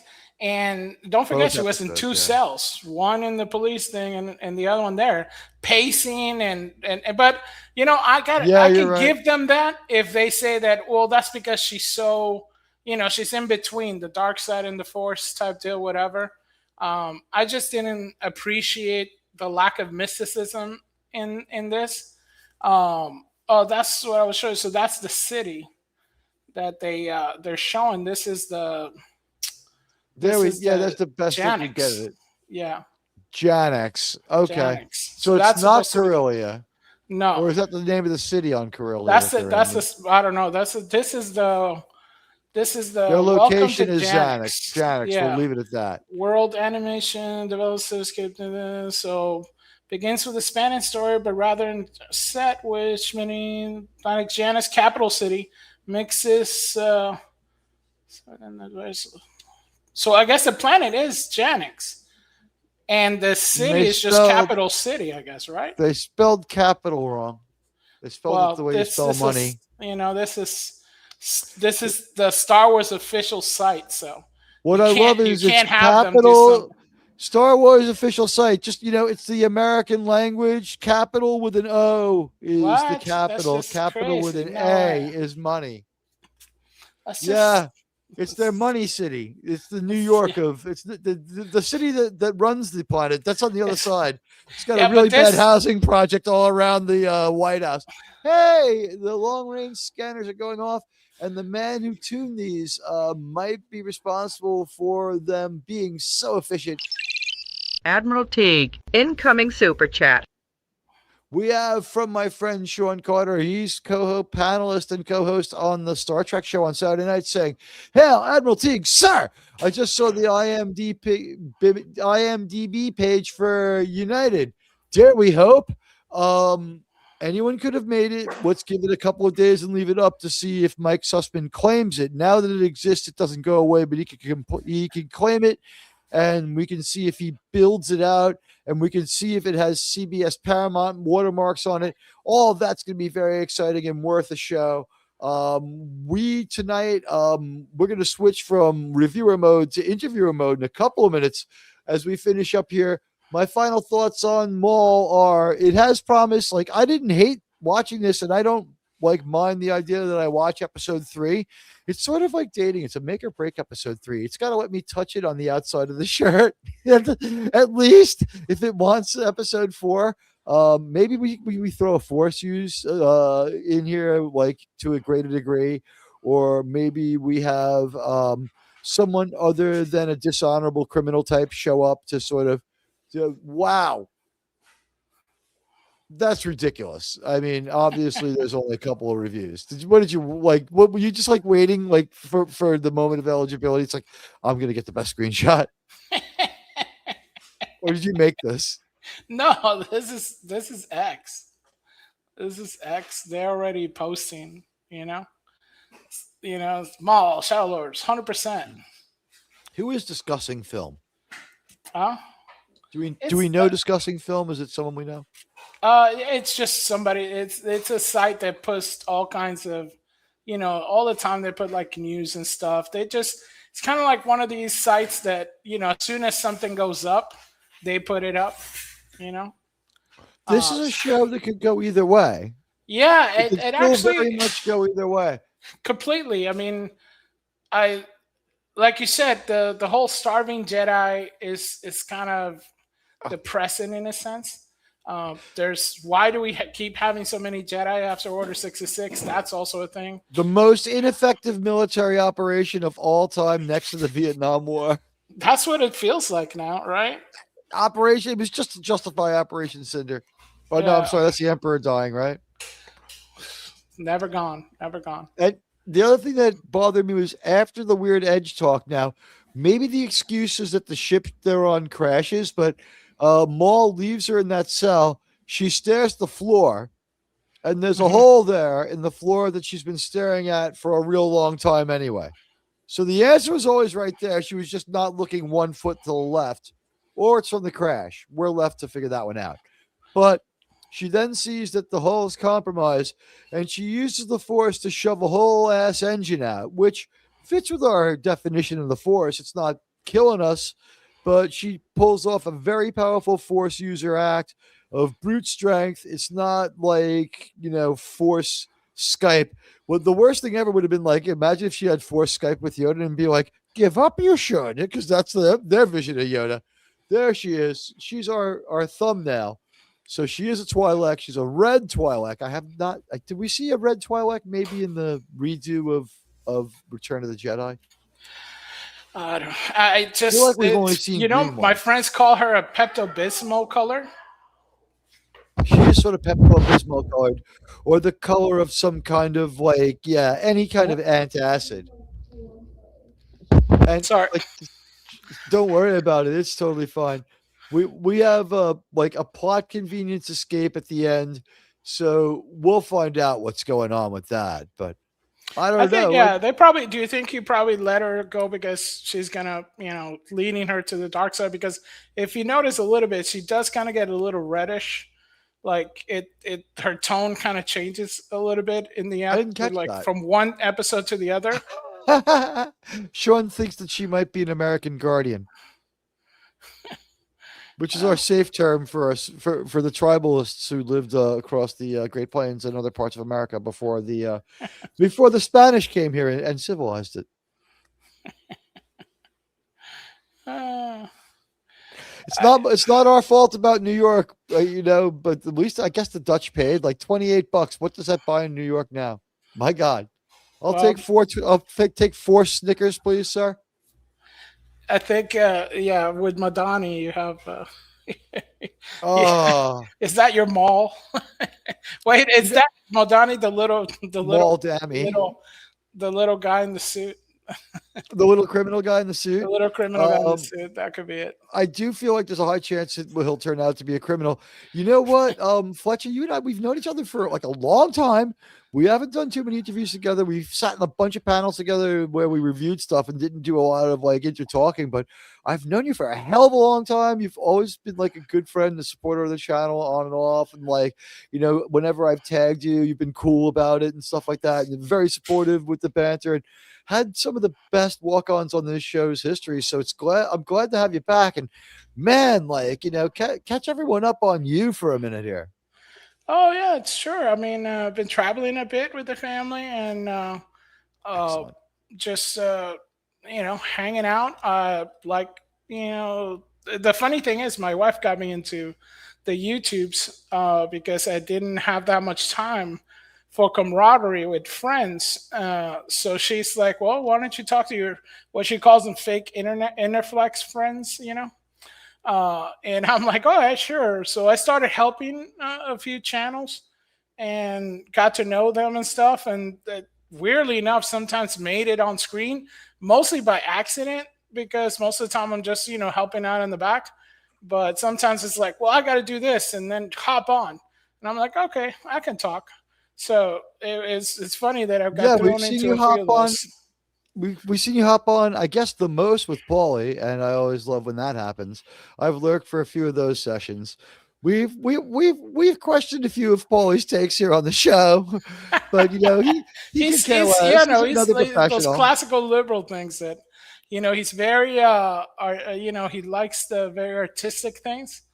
I've defended some of his, like, he's had takes where he's floored me, but I've defended part and then taken exception to another part of his take. I'm not going to put you on the spot by having you dissect the tweet. No. I'll just say that, there's never any hate towards Paulie, but every once in a while we'll pick up on a Paulie tweet. And sometimes it's like he manages to crystallize it all into like, he can make like a good 10-minute conversation piece on the show sometimes when we debate the tweets. That's funny. Yeah. He's he's got a very he's very LA, right? And it's I have quite a few friends from California, and the funny thing is they run the gambit, right? Because even like I have family from California too, so it's funny because some of the family from California is a little bit religious and some is not. So, you do have that running, Californian type of vibe, right? And God bless her soul. They're very, they have a very California take on certain things. And, you got to love them. That it's their take. But, the cool thing is that it, like in all fandom, everybody has like their own take on certain movies, certain shows. And I can't say like mine are the best and others are the worst. One of those movies that I always champion is John Carter from Mars or like Battleships, like things that everybody kind of. John Carter from Mars deserved a better fate. And that thing might have saved us from Disney buying the MCU and doing terrible things. If they had launched their own cinematic universe successfully, they should have held in John Carter for one more movie is what happened. But I think so, a huge explosion of money out. And like they've spent so much more than that since then trying to rebuild. Like time for John Carter too. There's more books. There's more. There's whole heck of a lot of books. Yeah, so you have things like that too, where people are like, just no, you can never, that movie sucked, all this kind of stuff. It's like, I don't know. I have a soft spot in my heart, and we all have those takes. We all have that one thing that we like. Fiction. Right? Yeah, if I remember this right, like the John Carter books are like early 30s and like into the 40s, so it was like proto sci-fi, like maybe even earlier, like H.G. Wells era. Yeah, could it have been as early as that? So yeah, Burroughs had some. He had some takes, Yeah, I mean, real good stuff. They could have gone and done more with it and said, you know what, this needs to take time to catch on. Let's put it on the Disney Channel or something. But they weren't thinking streaming, and then they had an empire that was like people were questioning the movies, but then the Disney Channel starts, and that's just like. Their streaming service may have brought in money, but what brand damage it has done to everything up and down through the MCU. No, completely. The MCU is such a. The funny thing is, you see the MCU and you see DC, right? And you kind of think to yourself, what were you thinking, right? You make certain things that are. I mean, take their most recent series, Wonder Man, right? The series in itself was kind of interesting, right? It had some good acting. It had a interesting plot. It's just you just don't think Wonder Man, right? That was not like hashtag not my Wonder Man. Because that's not the hero or comic book that we grew up. It's like a certain alternate world take on it, which is fine if you put it into that whole like this is an alternate world. But it just it had a decent kind of feel to it. I didn't mind it as much. And now they're making a season 2, even though nobody kind of watched it. So you're kind of thinking to yourself, okay, that's interesting. And now we got Daredevil, which is, not as good as the original show. Very slow paced for my taste, and very bloated with characters that you don't need. But now they're doubling down. Trump analogy with Kingpin. Yeah, and now you're making another, but that's already greenlit. Like part 3 is already being recorded. So, but you're kind of thinking to yourself, where refusal to admit, like they never heard like sunk cost fallacy. None of this has ever come up. The only thing that I can think of is that they have this budget, and it's almost like the government, right? Like Disney's run like the government, where you have to spend the money because it's there. Doesn't matter that you don't need to spend it, but you have to spend it. So let's just spend it. And that definitely, I think another part of it is this. You ready? Listen, it's a terrible piece of garbage show, but you know what? Vincent does great work in it, and he's very believable as the Kingpin, and we think that he could get nominated for a real award. So we could sink more money into this show, and just we'll put a couple episodes on ABC, and people will love the Kingpin because Vincent's just so great, and like they could be delusional like that, and, like this will justify like all the bad stuff, and it's like. You could be right. This could be their Moonlight. Yeah. Right? Remember that one movie from the Oscars that nobody watched? Yeah, it's like for me that would be all of them this year. Yeah, this year too. It wasn't very thick year. No, you're onto something. That could be. That's so far. I think this is to me. You have like the best take on it that I heard. Admiral Teag's crazy theory turns out to be the best one so far. So it seems to me that Daredevil is their prestige piece. Now they're spending money like water on everything, so there's no way for us to really use that as a to use that as any kind of gauge, right? Because they spend money like crazy on everything, but like that the sets are beautiful, the locations are beautiful, the New York City streets can't be cheap to film on. All the production, there's a lot of extras in every scene. Look at Star Trek. There is nothing going on in any scene ever. like in the background. There are no background actors. There is nothing going on of anything of worth. Like, I think that this could be, it's very possible that Kingpin is the prestige series. I'm sorry, Daredevil. I Right. think it's very possible that Daredevil is the prestige series of the Disney MCU. You know what? The way you said that, I was like, okay, now it makes sense to me, because now it makes sense why you greenlit Wonder Man 2, because they did have a lot of glowing reviews for the uh, Well, he's what a do you call great it? The actor. performances. You have great Yeah. actors in both of them, so I was like, okay, so The shit that would stories make just make sense. it Yeah, more likely they'll win, sir.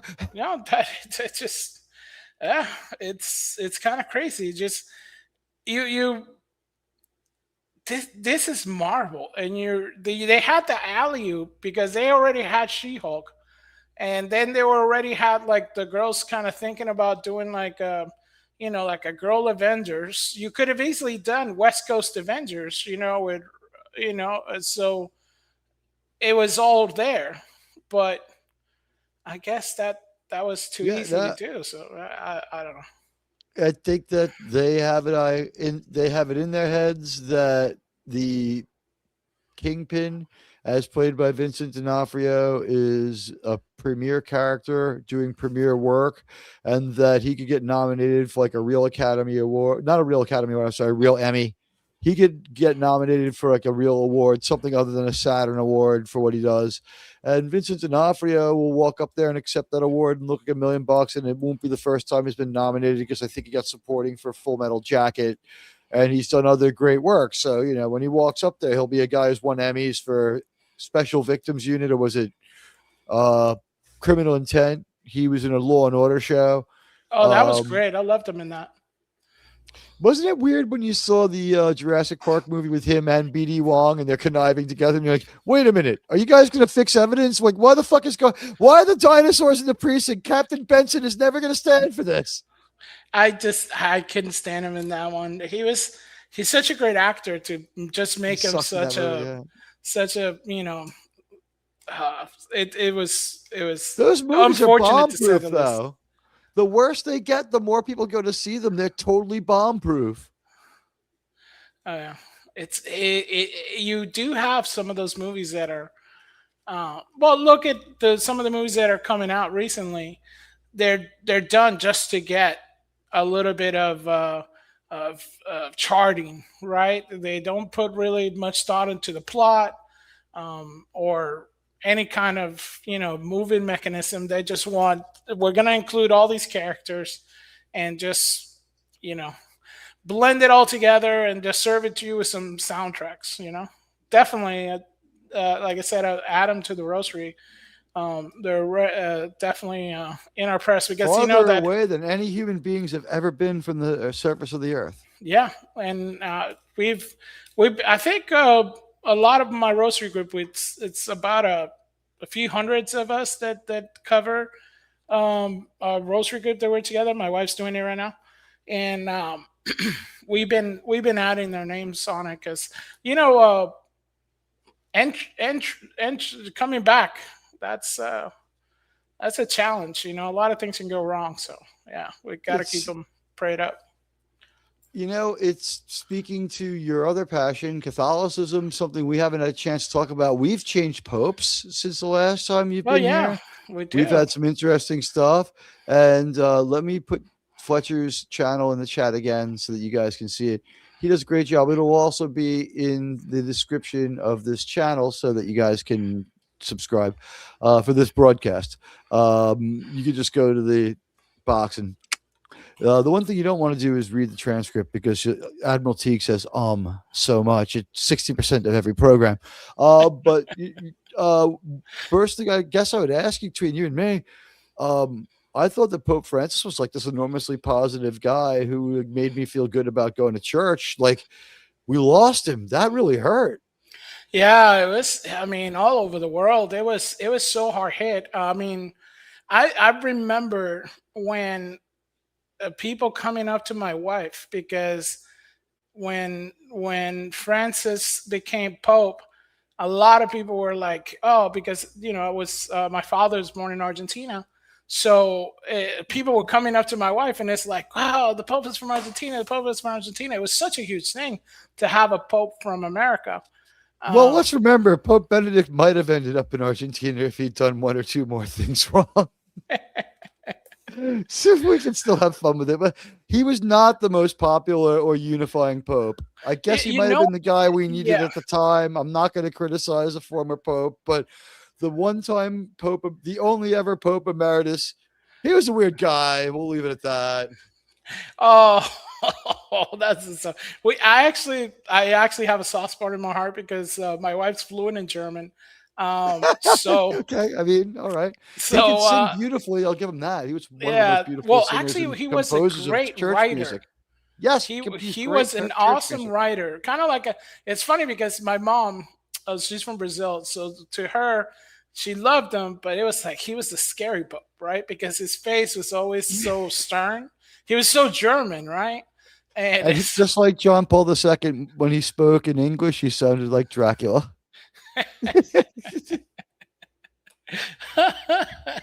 Hello, he would probably laugh at that. he was at least fun enough to laugh. John Paul would laugh at it. Benedict would probably shoot lightning out of his fingers at me. I don't know. No, he would laugh at that. He had a great sense of humor. But yeah, Benedict, Pope Benedict, he was a prolific writer. He gave his last book was amazing. If you want to kind of study Catholicism, his last book was amazing. But when Francis came into the scene, it drew like so many people, I think, back, because with so many Catholics in South America, North America, the Caribbean, it was almost like, wow, we exist. We're part of the team, right? It's not just some old boys club of Italians from Rome. I mean, right. The mafia is the only club we can't join left. Well, don't tell that to some Argentinians.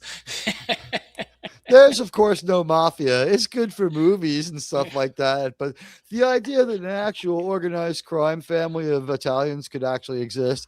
Have you ever been to an Italian family reunion? Like, they could ever, like, it's like, no way. But Francis did bring a lot of people in. I do see a lot of that continuing with Leo, because Pope Leo, it's almost like he has the sternness of, like say Benedict or John Paul, but he also has a little bit of the whim of Francis, right? He has that that charisma and that, sense of whimsy. I mean, you've seen him catching baseballs, right? Yeah, and people are saying, whatever, like he's, will he be an American Pope? Like, he hasn't criticized anybody, and isn't his brother been seen like walking around with a MAGA hat? So, oh yeah, his brother's big time. Clearly, can get along with anyone. Yeah. He's not here to tell us how to live. He's just here to tell us how to live. He's not here to tell us how to vote. He's there to guide you if you need it. He's the chief servant, as the church puts it, right? I'm just seeing him like William Wallace. I will take away your sins, but I will never take away your freedom. And that's basically the bottom line. It's the only the one thing I do like about Catholicism is the infinite resets. I try not to abuse them, but you know what? I make mistakes sometimes. Let's talk about one Catholic thing that I have a problem with that maybe people will find interesting. It's kind of controversial, but it belongs to history now. It's a while ago, and the censors are a little bit slow picking that one up. Let's see. Admiral Teag, incoming super chat. JT Kirk, my co-panelist on the Saturday Night Star Trek show, says, "Sir, here's something very controversial. How much Maul could Darth Maul maul if Darth Maul could maul Maul? We need to call Albert Einstein on this one." We're saying we wanted a show just about the lower half of Maul, but I think that has drawn the Sir montage. Sir, we have to send for Albert Einstein. Sir, he's very busy. Sir, that was so controversial. Sir. sir. Wouldn't be an Admiral Teag show with a couple of words from Mr. 47, the former president. Some people get offended. Dare you? Just calm down, Harrison. Sir, it doesn't matter. Nobody cares. That's right. We're going to keep on playing the samples. You know what? I think we can do without it. I don't even think it's all that political. There's a fun side to this whole thing too. And, life goes on, that's just the way it is right now. We live in a world of, with so much more going on, but I have this one problem. It's particular to New York now. It's been exacerbated because of the 25-year anniversary, but also certain turn in political events here where we have, well, let's just say we'll blame it all on the Zoran. But I find that I would have to go to confession every few weeks if I'm held accountable to I must pray for and forgive those who are my enemies, because I can't see my way clear to getting past what happened on 9/11. I saw some of it, and I hate the Taliban, like in a way that you're not supposed to. Like, you're not supposed to have hatred, but I have total hatred for the Taliban. And I was angry when we didn't use nuclear weapons, not thermonuclear weapons. I'm not insane. I didn't want a 50-mile wall of fire, but I was upset that we wouldn't say use a dirty nuke to seal them into that mountain and end it all right there. We wouldn't have killed it. There was less people in the blast radius than there would have been in either tower. It was compassionate. There's such a thing as a leaflet campaign. We could have surrounded it, and if they tried to leave, taken them out. Like, we didn't have to have a 20-year war, but once we ended up there, I wasn't even that upset. Like, maybe one of the best things we did was, if you're going to tell people not to laugh and not to dance, and you're going to do what they did to little girls who want to go to school, like, I have a hard time forgiving them as a Catholic. How's that strike you? No, I mean, there's such a thing as righteous anger. So some people say that fueled the Crusades, I should pray for them. Yeah, the whole thing about praying for your enemies, it doesn't mean that absolves them from being evil. And we're called to despise evil. So part of what I think you're feeling is, I mean, I'm no priest, I'm no theologian. The always part that I had coming from, part of South America that was kind of violent, and being very Catholic, the way we dealt with it is, you abhor evil, right? And that, of course, was evil. It was an evil act. But we talked about this before because we both had, I mean, you were there, but I had some family in New York also. And it just, you have this thing to where you called evil out. That obviously is evil. The people doing that were evil. Everything about it is just evil. They weren't, oh my gosh, misunderstood. No, that was evil. And they've done heinous things even after that and rejoicing about it. So you don't have to kind of sugarcoat it in a sense. There's no shame in fighting a philosophy that says you can't sing and dance. That's human need. F them. The fallen cousin, as some Catholics call them. It's a very complex side of the religion sphere, and it's my least favorite Abrahamic religion. Let's put it that way. Yeah, they are a handful. Having some Muslim friends who kind of feel like, some of them are awesome. They say that kind of like they push it away. I think part of it would go a long way if they would do it kind of like the Catholics do it. When we see something done wrong by our side, we stand up and we say, hey, this was wrong. And we want to help you, push it, erase it, make sure it never happens again type the deal, right? We're the first ones to call it out. But yeah, on that side, it's just sometimes it's not as much. So I would implore more of our cousins in that sense on the religion side to maybe call it out a little bit more. I think it would help people adhere to your to your sensibilities if you want that. If you don't, then I think you're doing just right. And It's a hard one. It's a hard one not to think about, because right now we have, and I think that you could say that there are not enough Cuban snowbirds or whatever. Like, I was surprised to find out that this is the smallest minority of Latinos in New York is the Cubans. Did you know that? Oh yeah, that's but it was always like a lot. Yeah, because you always had the Dominicans and the Puerto Ricans kind of outdoing you guys in a sense, right? It was All I can say like is I'd rather see Desi Arnaz than Bad Bunny. I mean, I don't know. Well, I don't think nobody wants to see Bad Bunny. I don't even think the Puerto Ricans. I know a lot of Puerto Ricans that don't want to see Bad Bunny. So. He's a guy in a sparkly suit jumping around saying dance, dance, dance, and all of a sudden, like, he shows up. He's like, I want to talk to you serious about our nation's immigration policy. It's like, dude, you're not even as serious as Ozzy Osbourne was 10 years into his career. At that point, Ozzy Osbourne was releasing serious music and talking about, like, the ecology of the world, possible, implications of misuse of power. Like, you've been yelling dance for like 12 years. Who are you? That dude is so fabricated. I mean, you had money coming from Venezuelan, dictators to form his record label, in air quotes. And how many surgeries after? It's dude, you're just he's the contradiction. You know what? I do pray for his mother and grandmother, because I think his mom is Catholic, so she must be suffering. Imagine that. Imagine if that was your son. I have a theory on him too that might might work out, and I want to say, hello to Donnie and hello to Go Badgers 1995. Right. I'm sorry that I didn't get to you soon. I'm trying to keep the conversation rolling along because, hey, you know what? Much like real Star Trek, rewatchability is a franchise cornerstone. So if you're coming through later, greetings. I got Fletcher Williams, my good friend here. He's got his fingers into a lot of pies on YouTube.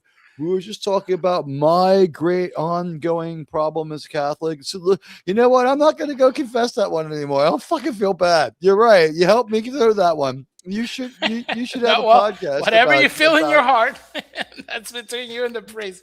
But yeah, sometimes with certain things like that, evil is just evil. And I don't think that's much of a, I guess we should pray that their actions don't. I'll pray for their victims. That could be. That's for sure, especially in Africa right now. I mean, oh my gosh. Well, they killed a couple of my friends on 9/11. So I mean, the rage is there. Oh, when it's something like that, it's very hard because a lot of people don't realize. They kind of feel like, oh well, you should let it go, and it's like it doesn't get rid of the grief. Right, the mourning is still there. That's why people say it's a mourning period, because that still hurts. Right, you don't have to feel bad about that. Oh, there you go. So Donnie says Donnie didn't mind it. Yeah, we said it could go either way. It showed signs of being. It could be good. Germ really was more positive on it than we were. We pointed out all the big improvements since the last Star Wars stuff. Like, they're still trying to tell us the same story about like a stunning and brave whammon. But what we are no longer being pushed around with is a blunt, pointed finger poking us in the chest over and over. And is that chick hanging out with Darth Maul? Is that Ventress? I mean, who the fuck is she? You know what? That's the thing. I don't even want to know if that makes sense. I don't care that because much. I wanted to go into it. I didn't read much about it. Like I said, I didn't watch all of the Clone Wars, so I just know that he's gone right now. I think. Hopefully, no one's ever really gone. Well, we'll see how this show does, right? But this is another part that's kind of interesting because this is another almost like dead end thing they're fleshing out, because it's what was that one, Rogue One, right? This is in a sense another Rogue One, because you're kind of milking like they did with Andor, the Rogue One side, where you know where this is going. Were you going to say milking a dead horse and misuse that, mix your metaphors? Because that's kind of what they're beating a dead cow or mixing a dead horse. Well, my wife does say that You always can tell I'm a foreigner when I misuse the the Colloquialisms. metaphors. The metaphors are not my strong suit, I could say. I just got to congratulate guys. Our friend Fletcher speaks English, American, Spanish, Mexican, and Cuban. It's amazing. I don't know how you can do it. That's Incredible. crazy. It's, have you ever thought of it that way? It's like, I speak 5 languages. Fuck you. Like, if you just learn jive and American sign, you become a polymath. I want to see Fletcher at like the funeral of like some politician. Yes.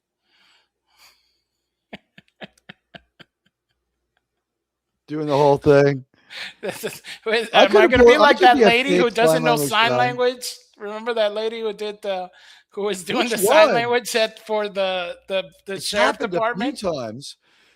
The worst you can do is for an emergency, right? Because people really need that info. The one where you like, okay, he was a great civil rights hero to many people, and his shoes were too small, and there's a really great song, like really great ska song about him. But when Nelson Mandela died, the only thing that was dangerous was that a psycho that no one checked out was allowed 4 feet away from like almost every world leader.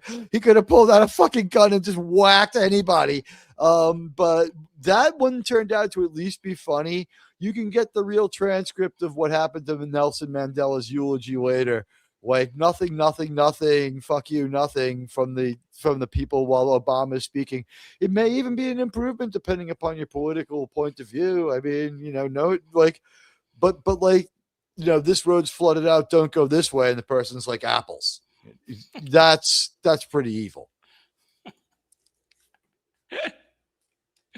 Leave it to Star Trek and Star Wars modern artists to milk a dead horse. They're beating a dead bantha. They're milking a dead horse. Milking a dead horse. What were those green things? In the island where he got the green milk from. That's what they're. Oh, milking. I don't know what the hell that giant sea lion. It was like a sea lion thing, right? Sea snuffleupagus. Snuffleupagus. So it does exist. Yes, snuffleupagus. It was fucking horrible when he starts squeezing the teat and like the milk is shooting out, and then he has to drink it right away. It's like, why are we learning so much about how Luke gets his sustenance? We just learned how he fished. He's drinking titty milk from this. What the fuck is going on? That was unfortunate. So far, we don't have this in this Darth Maul mauling. So no, the mauling has not gone as badly as it could have gone. It's not. We're not mauled yet by the Darth Maul. So it was surprisingly okay. If the funny thing is, I do have a lot of friends who are big Star Trek fans. So they're kind of waiting until it's over to kind of decide how was it. But I think they do miss the mysticism of Star Wars. I think there was a little bit of it. Arthurian aspect too. Yeah. They've got teacher mentor down. They realize that has to happen. It's always male teacher who's going to die and female mentor who's going to be amazing, though. I mean, please, a little variance somewhere, please. They probably can't have that. But if you're going to do it, then the way they're doing it is not as bad as they did before. By no means, this is not the Acolyte, right? This is not. No, it's not actually that. Has writing, it has pacing, it has, I just wonder what Disney's going to do now that they've taken over Hulu with like shows like Godfather of Harlem and all those 50-cent crime shows that were absolutely great. Like Ghost and like Raising Kanan were good shows. Like there is no way Disney's going to see Mary J. Blige dealing crack as a strong woman who they need to have emulated. There's no way they're going to do it.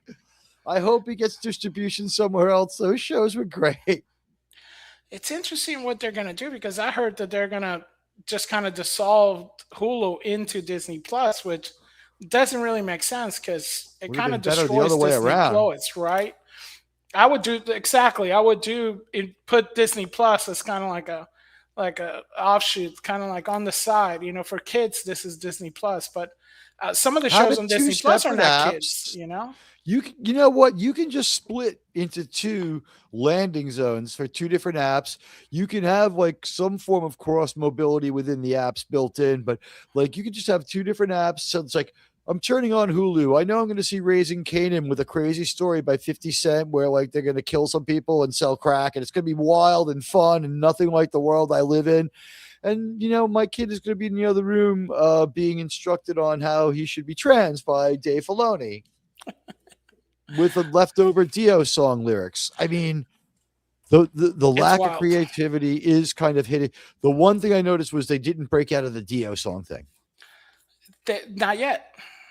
It's a game of chance. There's still magic. Time. There's a gypsy. There's some form of a gypsy woman. We never knew that there could be love. something in it. Yes, it's kind of crazy.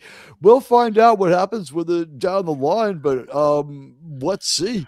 I would say Maul, stick with it. Episode 3, worth watching. Going farther forward than that, I don't know. I would say this is far more hopeful than anything that we've seen from Star Wars in a long time, and far more hopeful than anything from Star Trek since 2005. This had a degree of competence. This showed self-awareness and the ability to perhaps do damage control. They might have hired a script doctor. Either that or George is just getting handed handfuls of money. If you give George Lucas like $700,000, he's not going to say no matter how rich he is. Like, I'll just go, I'll buy a couple of new hot rods and I'll get a cherry Coke.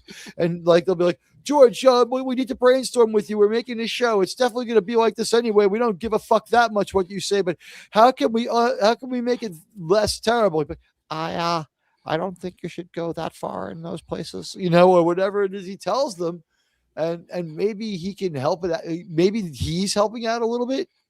Yeah, like I said, I think it does have something of the Star Wars we know.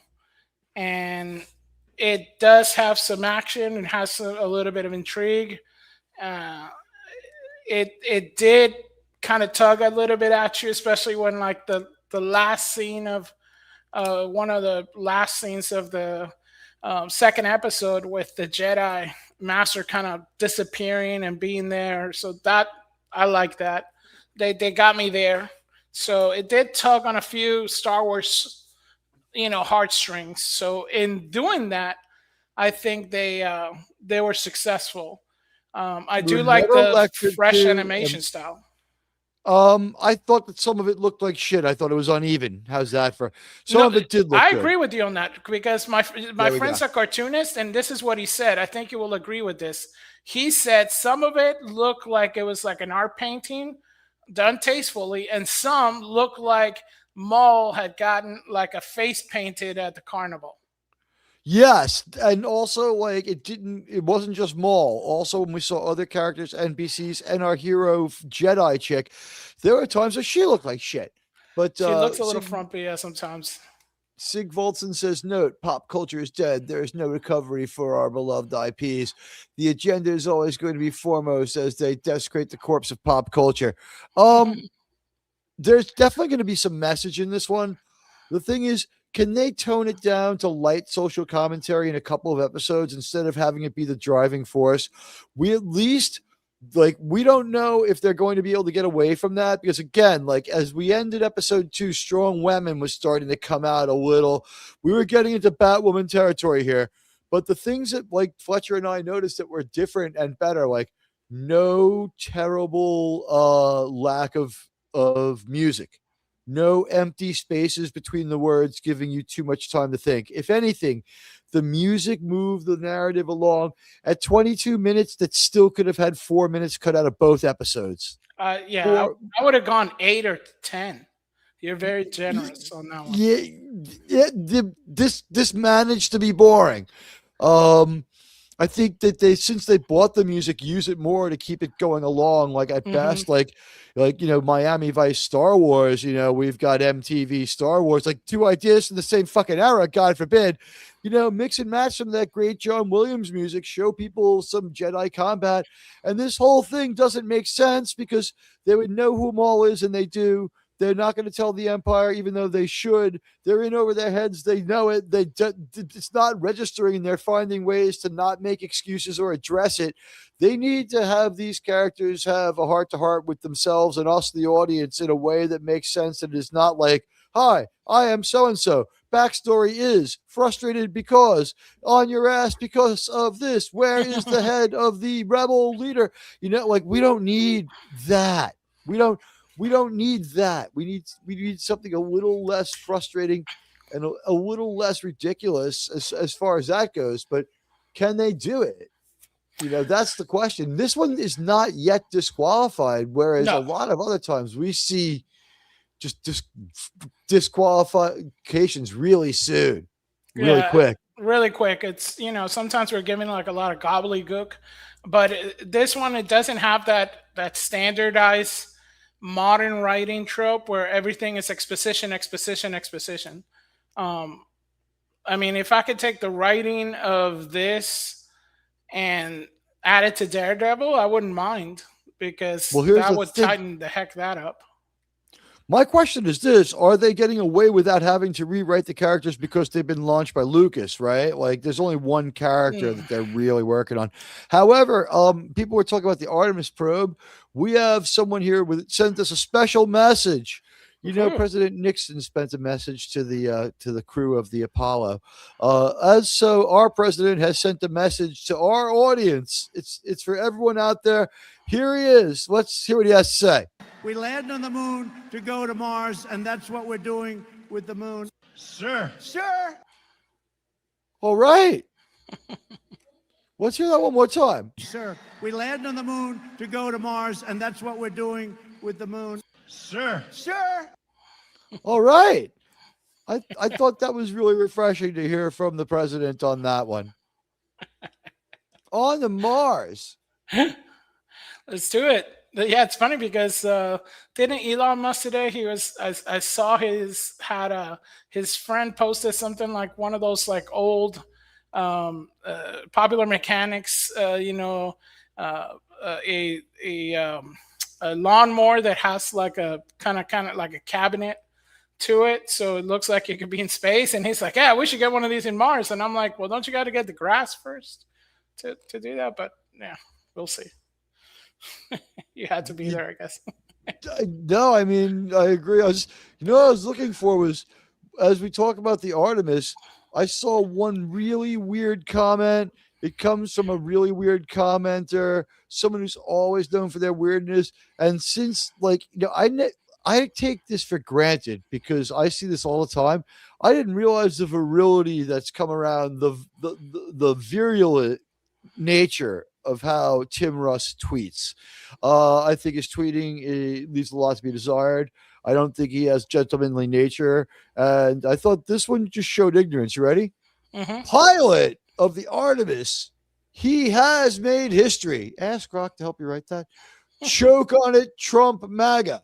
How's that for your fucking woke DEI Fox boobs? So, you know, foxy boobs, I'm all for that part. But the rest of what Mr. Russ says, I mean, I would say, like, he ain't found shit. All right, so the pilot of the Artemis is black, meaning, like, okay, this is only like the 11th black guy to be the pilot of a space vehicle. But okay, it's the Artemis guy. You know, Trump and Elon had heavy hands in this, and Elon was part of the government at one time. Why are the old Star Trek actors gone insane? What is wrong with Tim Russ, and what do you think of this statement? This weird statement. It's just one of those statements that I think lacks a little bit of the whimsy that the space race needs, right? And Star Trek in itself, where you make it so earthbound, you make it so now. You're taking something that people eulogize, it basically wanted to be, and inspired a lot of people to think about space, and you bring it to Earth, crashing down in a bigoted way, just because you disagree with the president. But not only that, inaccurate historically. It shows that you don't even know your black culture to know that he's not the first. it's great, man, for doing Challenger it. hero So, Ronald McCool was African American, Mr. Russ. Don't you know about sainted Ronald McCool killed in the explosion of the Challenger? I beg you to go take a look at your history. And by the way, like, who better to name a school after? What high school did you go to? McCool. How McCool was it? It was super McCool, man, explosively so. It's so the sad part. It's so indicative of the modern Star Trek actor, I think, where they just are a bit spiteful with. There seem to be two camps, right? There's the ones who know that like they're making more money from the fans and everyone acting, and that the convention circuit's not that bad, and then there's the unappreciative ones like Tim Russ, who's like, this, I don't care. I have to go on there and be a keyboard warrior. It's like, Tim, you're 75 years old. Sit the fuck down. And then also, we can say that the charitable side would be that they're getting paid for this, right? Somebody's giving them money to put this out. They got a presser in the back saying, hey, just copy and paste this, give it to your social media manager, because for all we know, it's not him doing it, right? I mean, if we want to be charitable. But I still... there's so much vitriol with the current president that I've never seen by a lot of people that, for one, don't even understand what things that are happening, or B, kind of never cared when the other side did it, right? I mean, when the other side did all kinds of egregious stuff, there was, they were silent about it. So there's a little whiff of hypocrisy. I can understand this from channels that were very political. They always have their take, but if you were not this political, which I doubt he was, to be this political now seems a little bit, a little disingenuous. It's kind of like Bad Bunny, right? It's very much so, it's kind of like Bad Bunny. Like, you know what? As we get ready to wrap it up here, Bad Bunny for 10, 12 years is a guy jumping around in a crazy suit yelling, dance, dance, dance. Am I right? It's about his girlfriends and this girl, that, booty, booty this, booty, booty that. And all of a sudden, now you're like, oh, now you're the arbiter of peace and and the Americas. Here's the Bad Bunny theory. Bad Bunny goes to like Argentina and Brazil playing his trap reggaeton music, which I don't think is a thing anymore. So I think what happens is record companies have a leftover and a has-been who's still a huge name, and they're like, we have to save Bad Bunny. We have to save Bad Bunny, sirs. Sirs, we have to save Bad Bunny. And Bad Bunny, they sit him down and they're like, well, what's your biggest problem? He's like, that I'm just another fucking American. And they're like, take off that MAGA hat. And he's like, what? Take off the MAGA hat, Bunny. He's like, why? He's like, because you're about to have a whole new identity. Cut the sleeves off that tuxedo, sirs. We've got this guy. What can we say? Perhaps it was a well-staged, crafted performance. All the great guitar playing associated with Spanish music. Where was it? All the great, energy if associated with Spanish music. Where was it? It's just this guy walking around to this weird hip hop stuff. And then when I see the translation of the lyrics, it was like the crudest Motley Crue song. Like, you would never be able to sing like Dr. Feelgood at the Super Bowl, even though maybe Motley Crue might have at one point been Super Bowl sized. No, it was crazy. The insane part is that when I was talking to people about it, the majority of people, the thing that I talked about it, they didn't speak Spanish. So I was trying to make them understand that they edited some of the lyrics. And I'm like, yeah, but some of the lyrics are literally on the Jumbotron that are, they're cuss words. And this is a family show. It's like, no matter what else you think, that's a cuss word.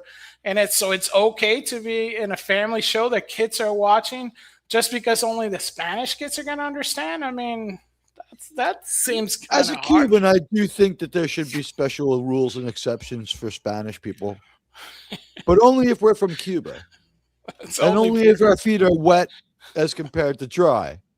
I think that accelerated citizenship is wrong unless it's for us. Seafaring pirates always got a parlay, don't you? We'll strap anything together, call it a boat, and get to fucking Florida somehow. Yeah, it's like And that's a then an bunch of, like, Italian is gonna play you on a movie. you know what? It's a good thing that there's no such thing as the mafia, or that something like that might happen. Might happen. As a Cuban and Italian, seeing that movie is the most hilarious. It's like, well, he doesn't sound like a Cuban, an Italian, or someone from New York. So what the fuck is going on here? But you know what? Let's tell everyone about your station, what your channel, what's going on there, and why they should tune in, and why it's so great. Oh, thank you. Yeah, I don't post that much on my second games channels. I do have to post a little bit more. I been posting a little bit of shorts on my Indignant Desert Birds, which is a Catholic commentary. Me and my wife sometimes, do a little bit of commentary on there about what's going on in the world of art and politics, mostly from a Catholic nerd take. And it's funny that I just made like a new channel because I had no place to kind of talk in Spanish about nerd stuff. So I just made one called Los Nordísimos, and it's kind of fun. So I made that. It's one of those things where you're kind of like all over the place. I think right now we're just doing live shows with Polly on Wednesday, but I think next Friday I'm doing Fletcher's Fiesta at 7, I believe it's 6 Central next Friday on Latino Slant, and I'm still producing George the Giant Slayer on Sunday. I didn't know you did, George. Yeah. Send him my greetings. Love his work. Oh, I will, definitely, for sure. Yeah, he's a great guy. His Lord of the Ring lore knowledge is absolutely second to none. He is very knowledgeable on that. Jaw-droppingly. Yeah. Wow. Like he's basically taught a class online there. So check out Fletcher. Admiral will be back. Weekday Admiral, Thursday Screaming for Vengeance, and you know what? This Saturday, it looks like we're going to be doing Tholian Web as a build up to the Mirror Universe. Also, check out Sean's Voyager build, which is also in the chat. And if you don't see it in the chat, go to my homepage and join my homeboy's channel, the Sci-Fi Model Guy. He's got so much great stuff up here. You won't believe, like the Romulan Warbird, sir. The Warbird, sir. Even the I-35 Jupiter 2, which is not my kind of ship. The Voyager, sir. I mean, this is some great stuff. It's great work, and it helps keep it, keep it light when we get to bring it on and show off some of the stuff on Saving Star Trek on Saturday nights, where we're getting to the end of Enterprise and getting ready for TOS. So, you know what? Where every Star Trek show cuts its teeth, we'll already be 100 episodes deep. Well, it should be interesting. No team has been more highly trained, more prepared to review Star Trek than the amazing minds of Saving Star Trek, who will have to do their best to not talk about Star Trek too much, lest they become non-transformative and be deemed inauthentic by like the voodoo powers of Voodoo Tube. Good luck to our friends in their appeal. You know what? I know, they were made from our rib. I feel like they're put here for our pleasure. Fletcher, I think that we should bring Sydney Sweeney on. I don't think it's wrong. Why doesn't she have a Star Wars or Star Trek show, right? Yeah, and you know why she's dressed like that? The word decent doesn't apply to me. I Googled that 5 minutes of the housemaid. It really made me feel good about life. I don't know about the acting of her male counterpart. She was attacked by what appears to be essentially a robot. I don't know how he was able to control himself, but you know what? Here she is dancing for you guys. And Fletcher, thanks. You're gonna come back again, right? Yeah, definitely. Whenever you need me, if I'm able to, I gladly jump on anytime. It's great seeing you again, my friend. And to everybody out there, hit the like and follow buttons. If you're coming through later, your like still counts. Hype me. I'm going to go behind the dumpster and smoke some of that YouTube hype. It's so good. Oh, please help me. I need more hype. I need hype. Please. Oh, sirs, madams. Anyway, listen, enjoy yourselves. We love you all. And it would be wrong to build up Sydney Sweeney this much. Talk about building her up. To build up Sydney Sweeney this much without giving you her dance. I say we give it to him. Here it is.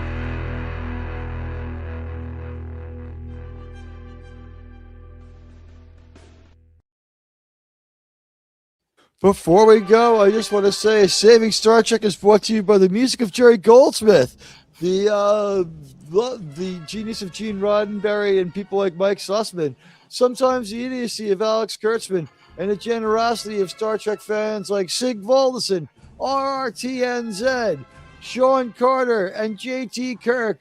Let's close out our poll. What is most fixable? Star Wars, 44%, Star Trek, 32%. Guys, I really think Star Trek's inherently more fixable. And also, I think it's more like you might get chunks of good Star Wars here and there because Disney's going to throw this one out to licensing. Did you hear that one, Fletcher? No. There's a chance of licensed Star Wars, which means that could kind of be good. Yeah. Might be sort of all right.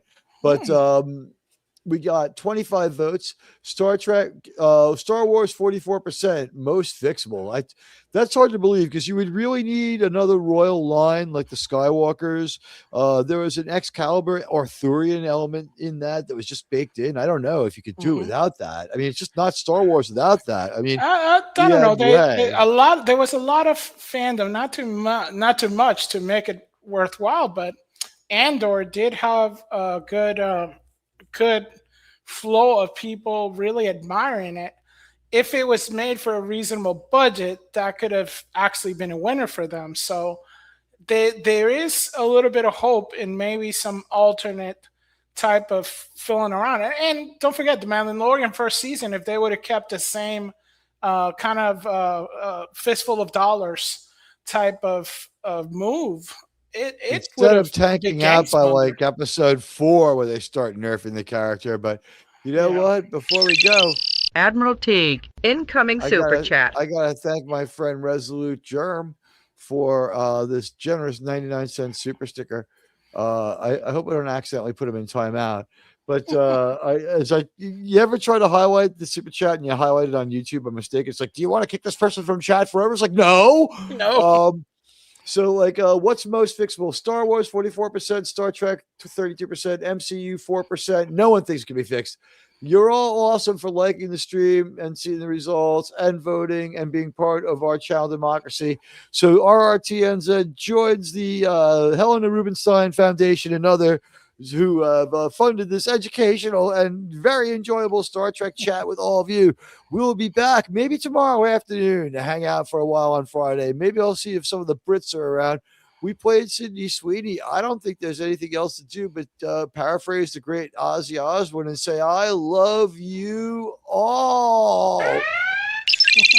Admiral Teag, please stop using copyrighted material. We didn't use any of this show. What we have to, please don't install that security protocol, Jordy. Okay, please do that. All right, we're out of here. We love you all.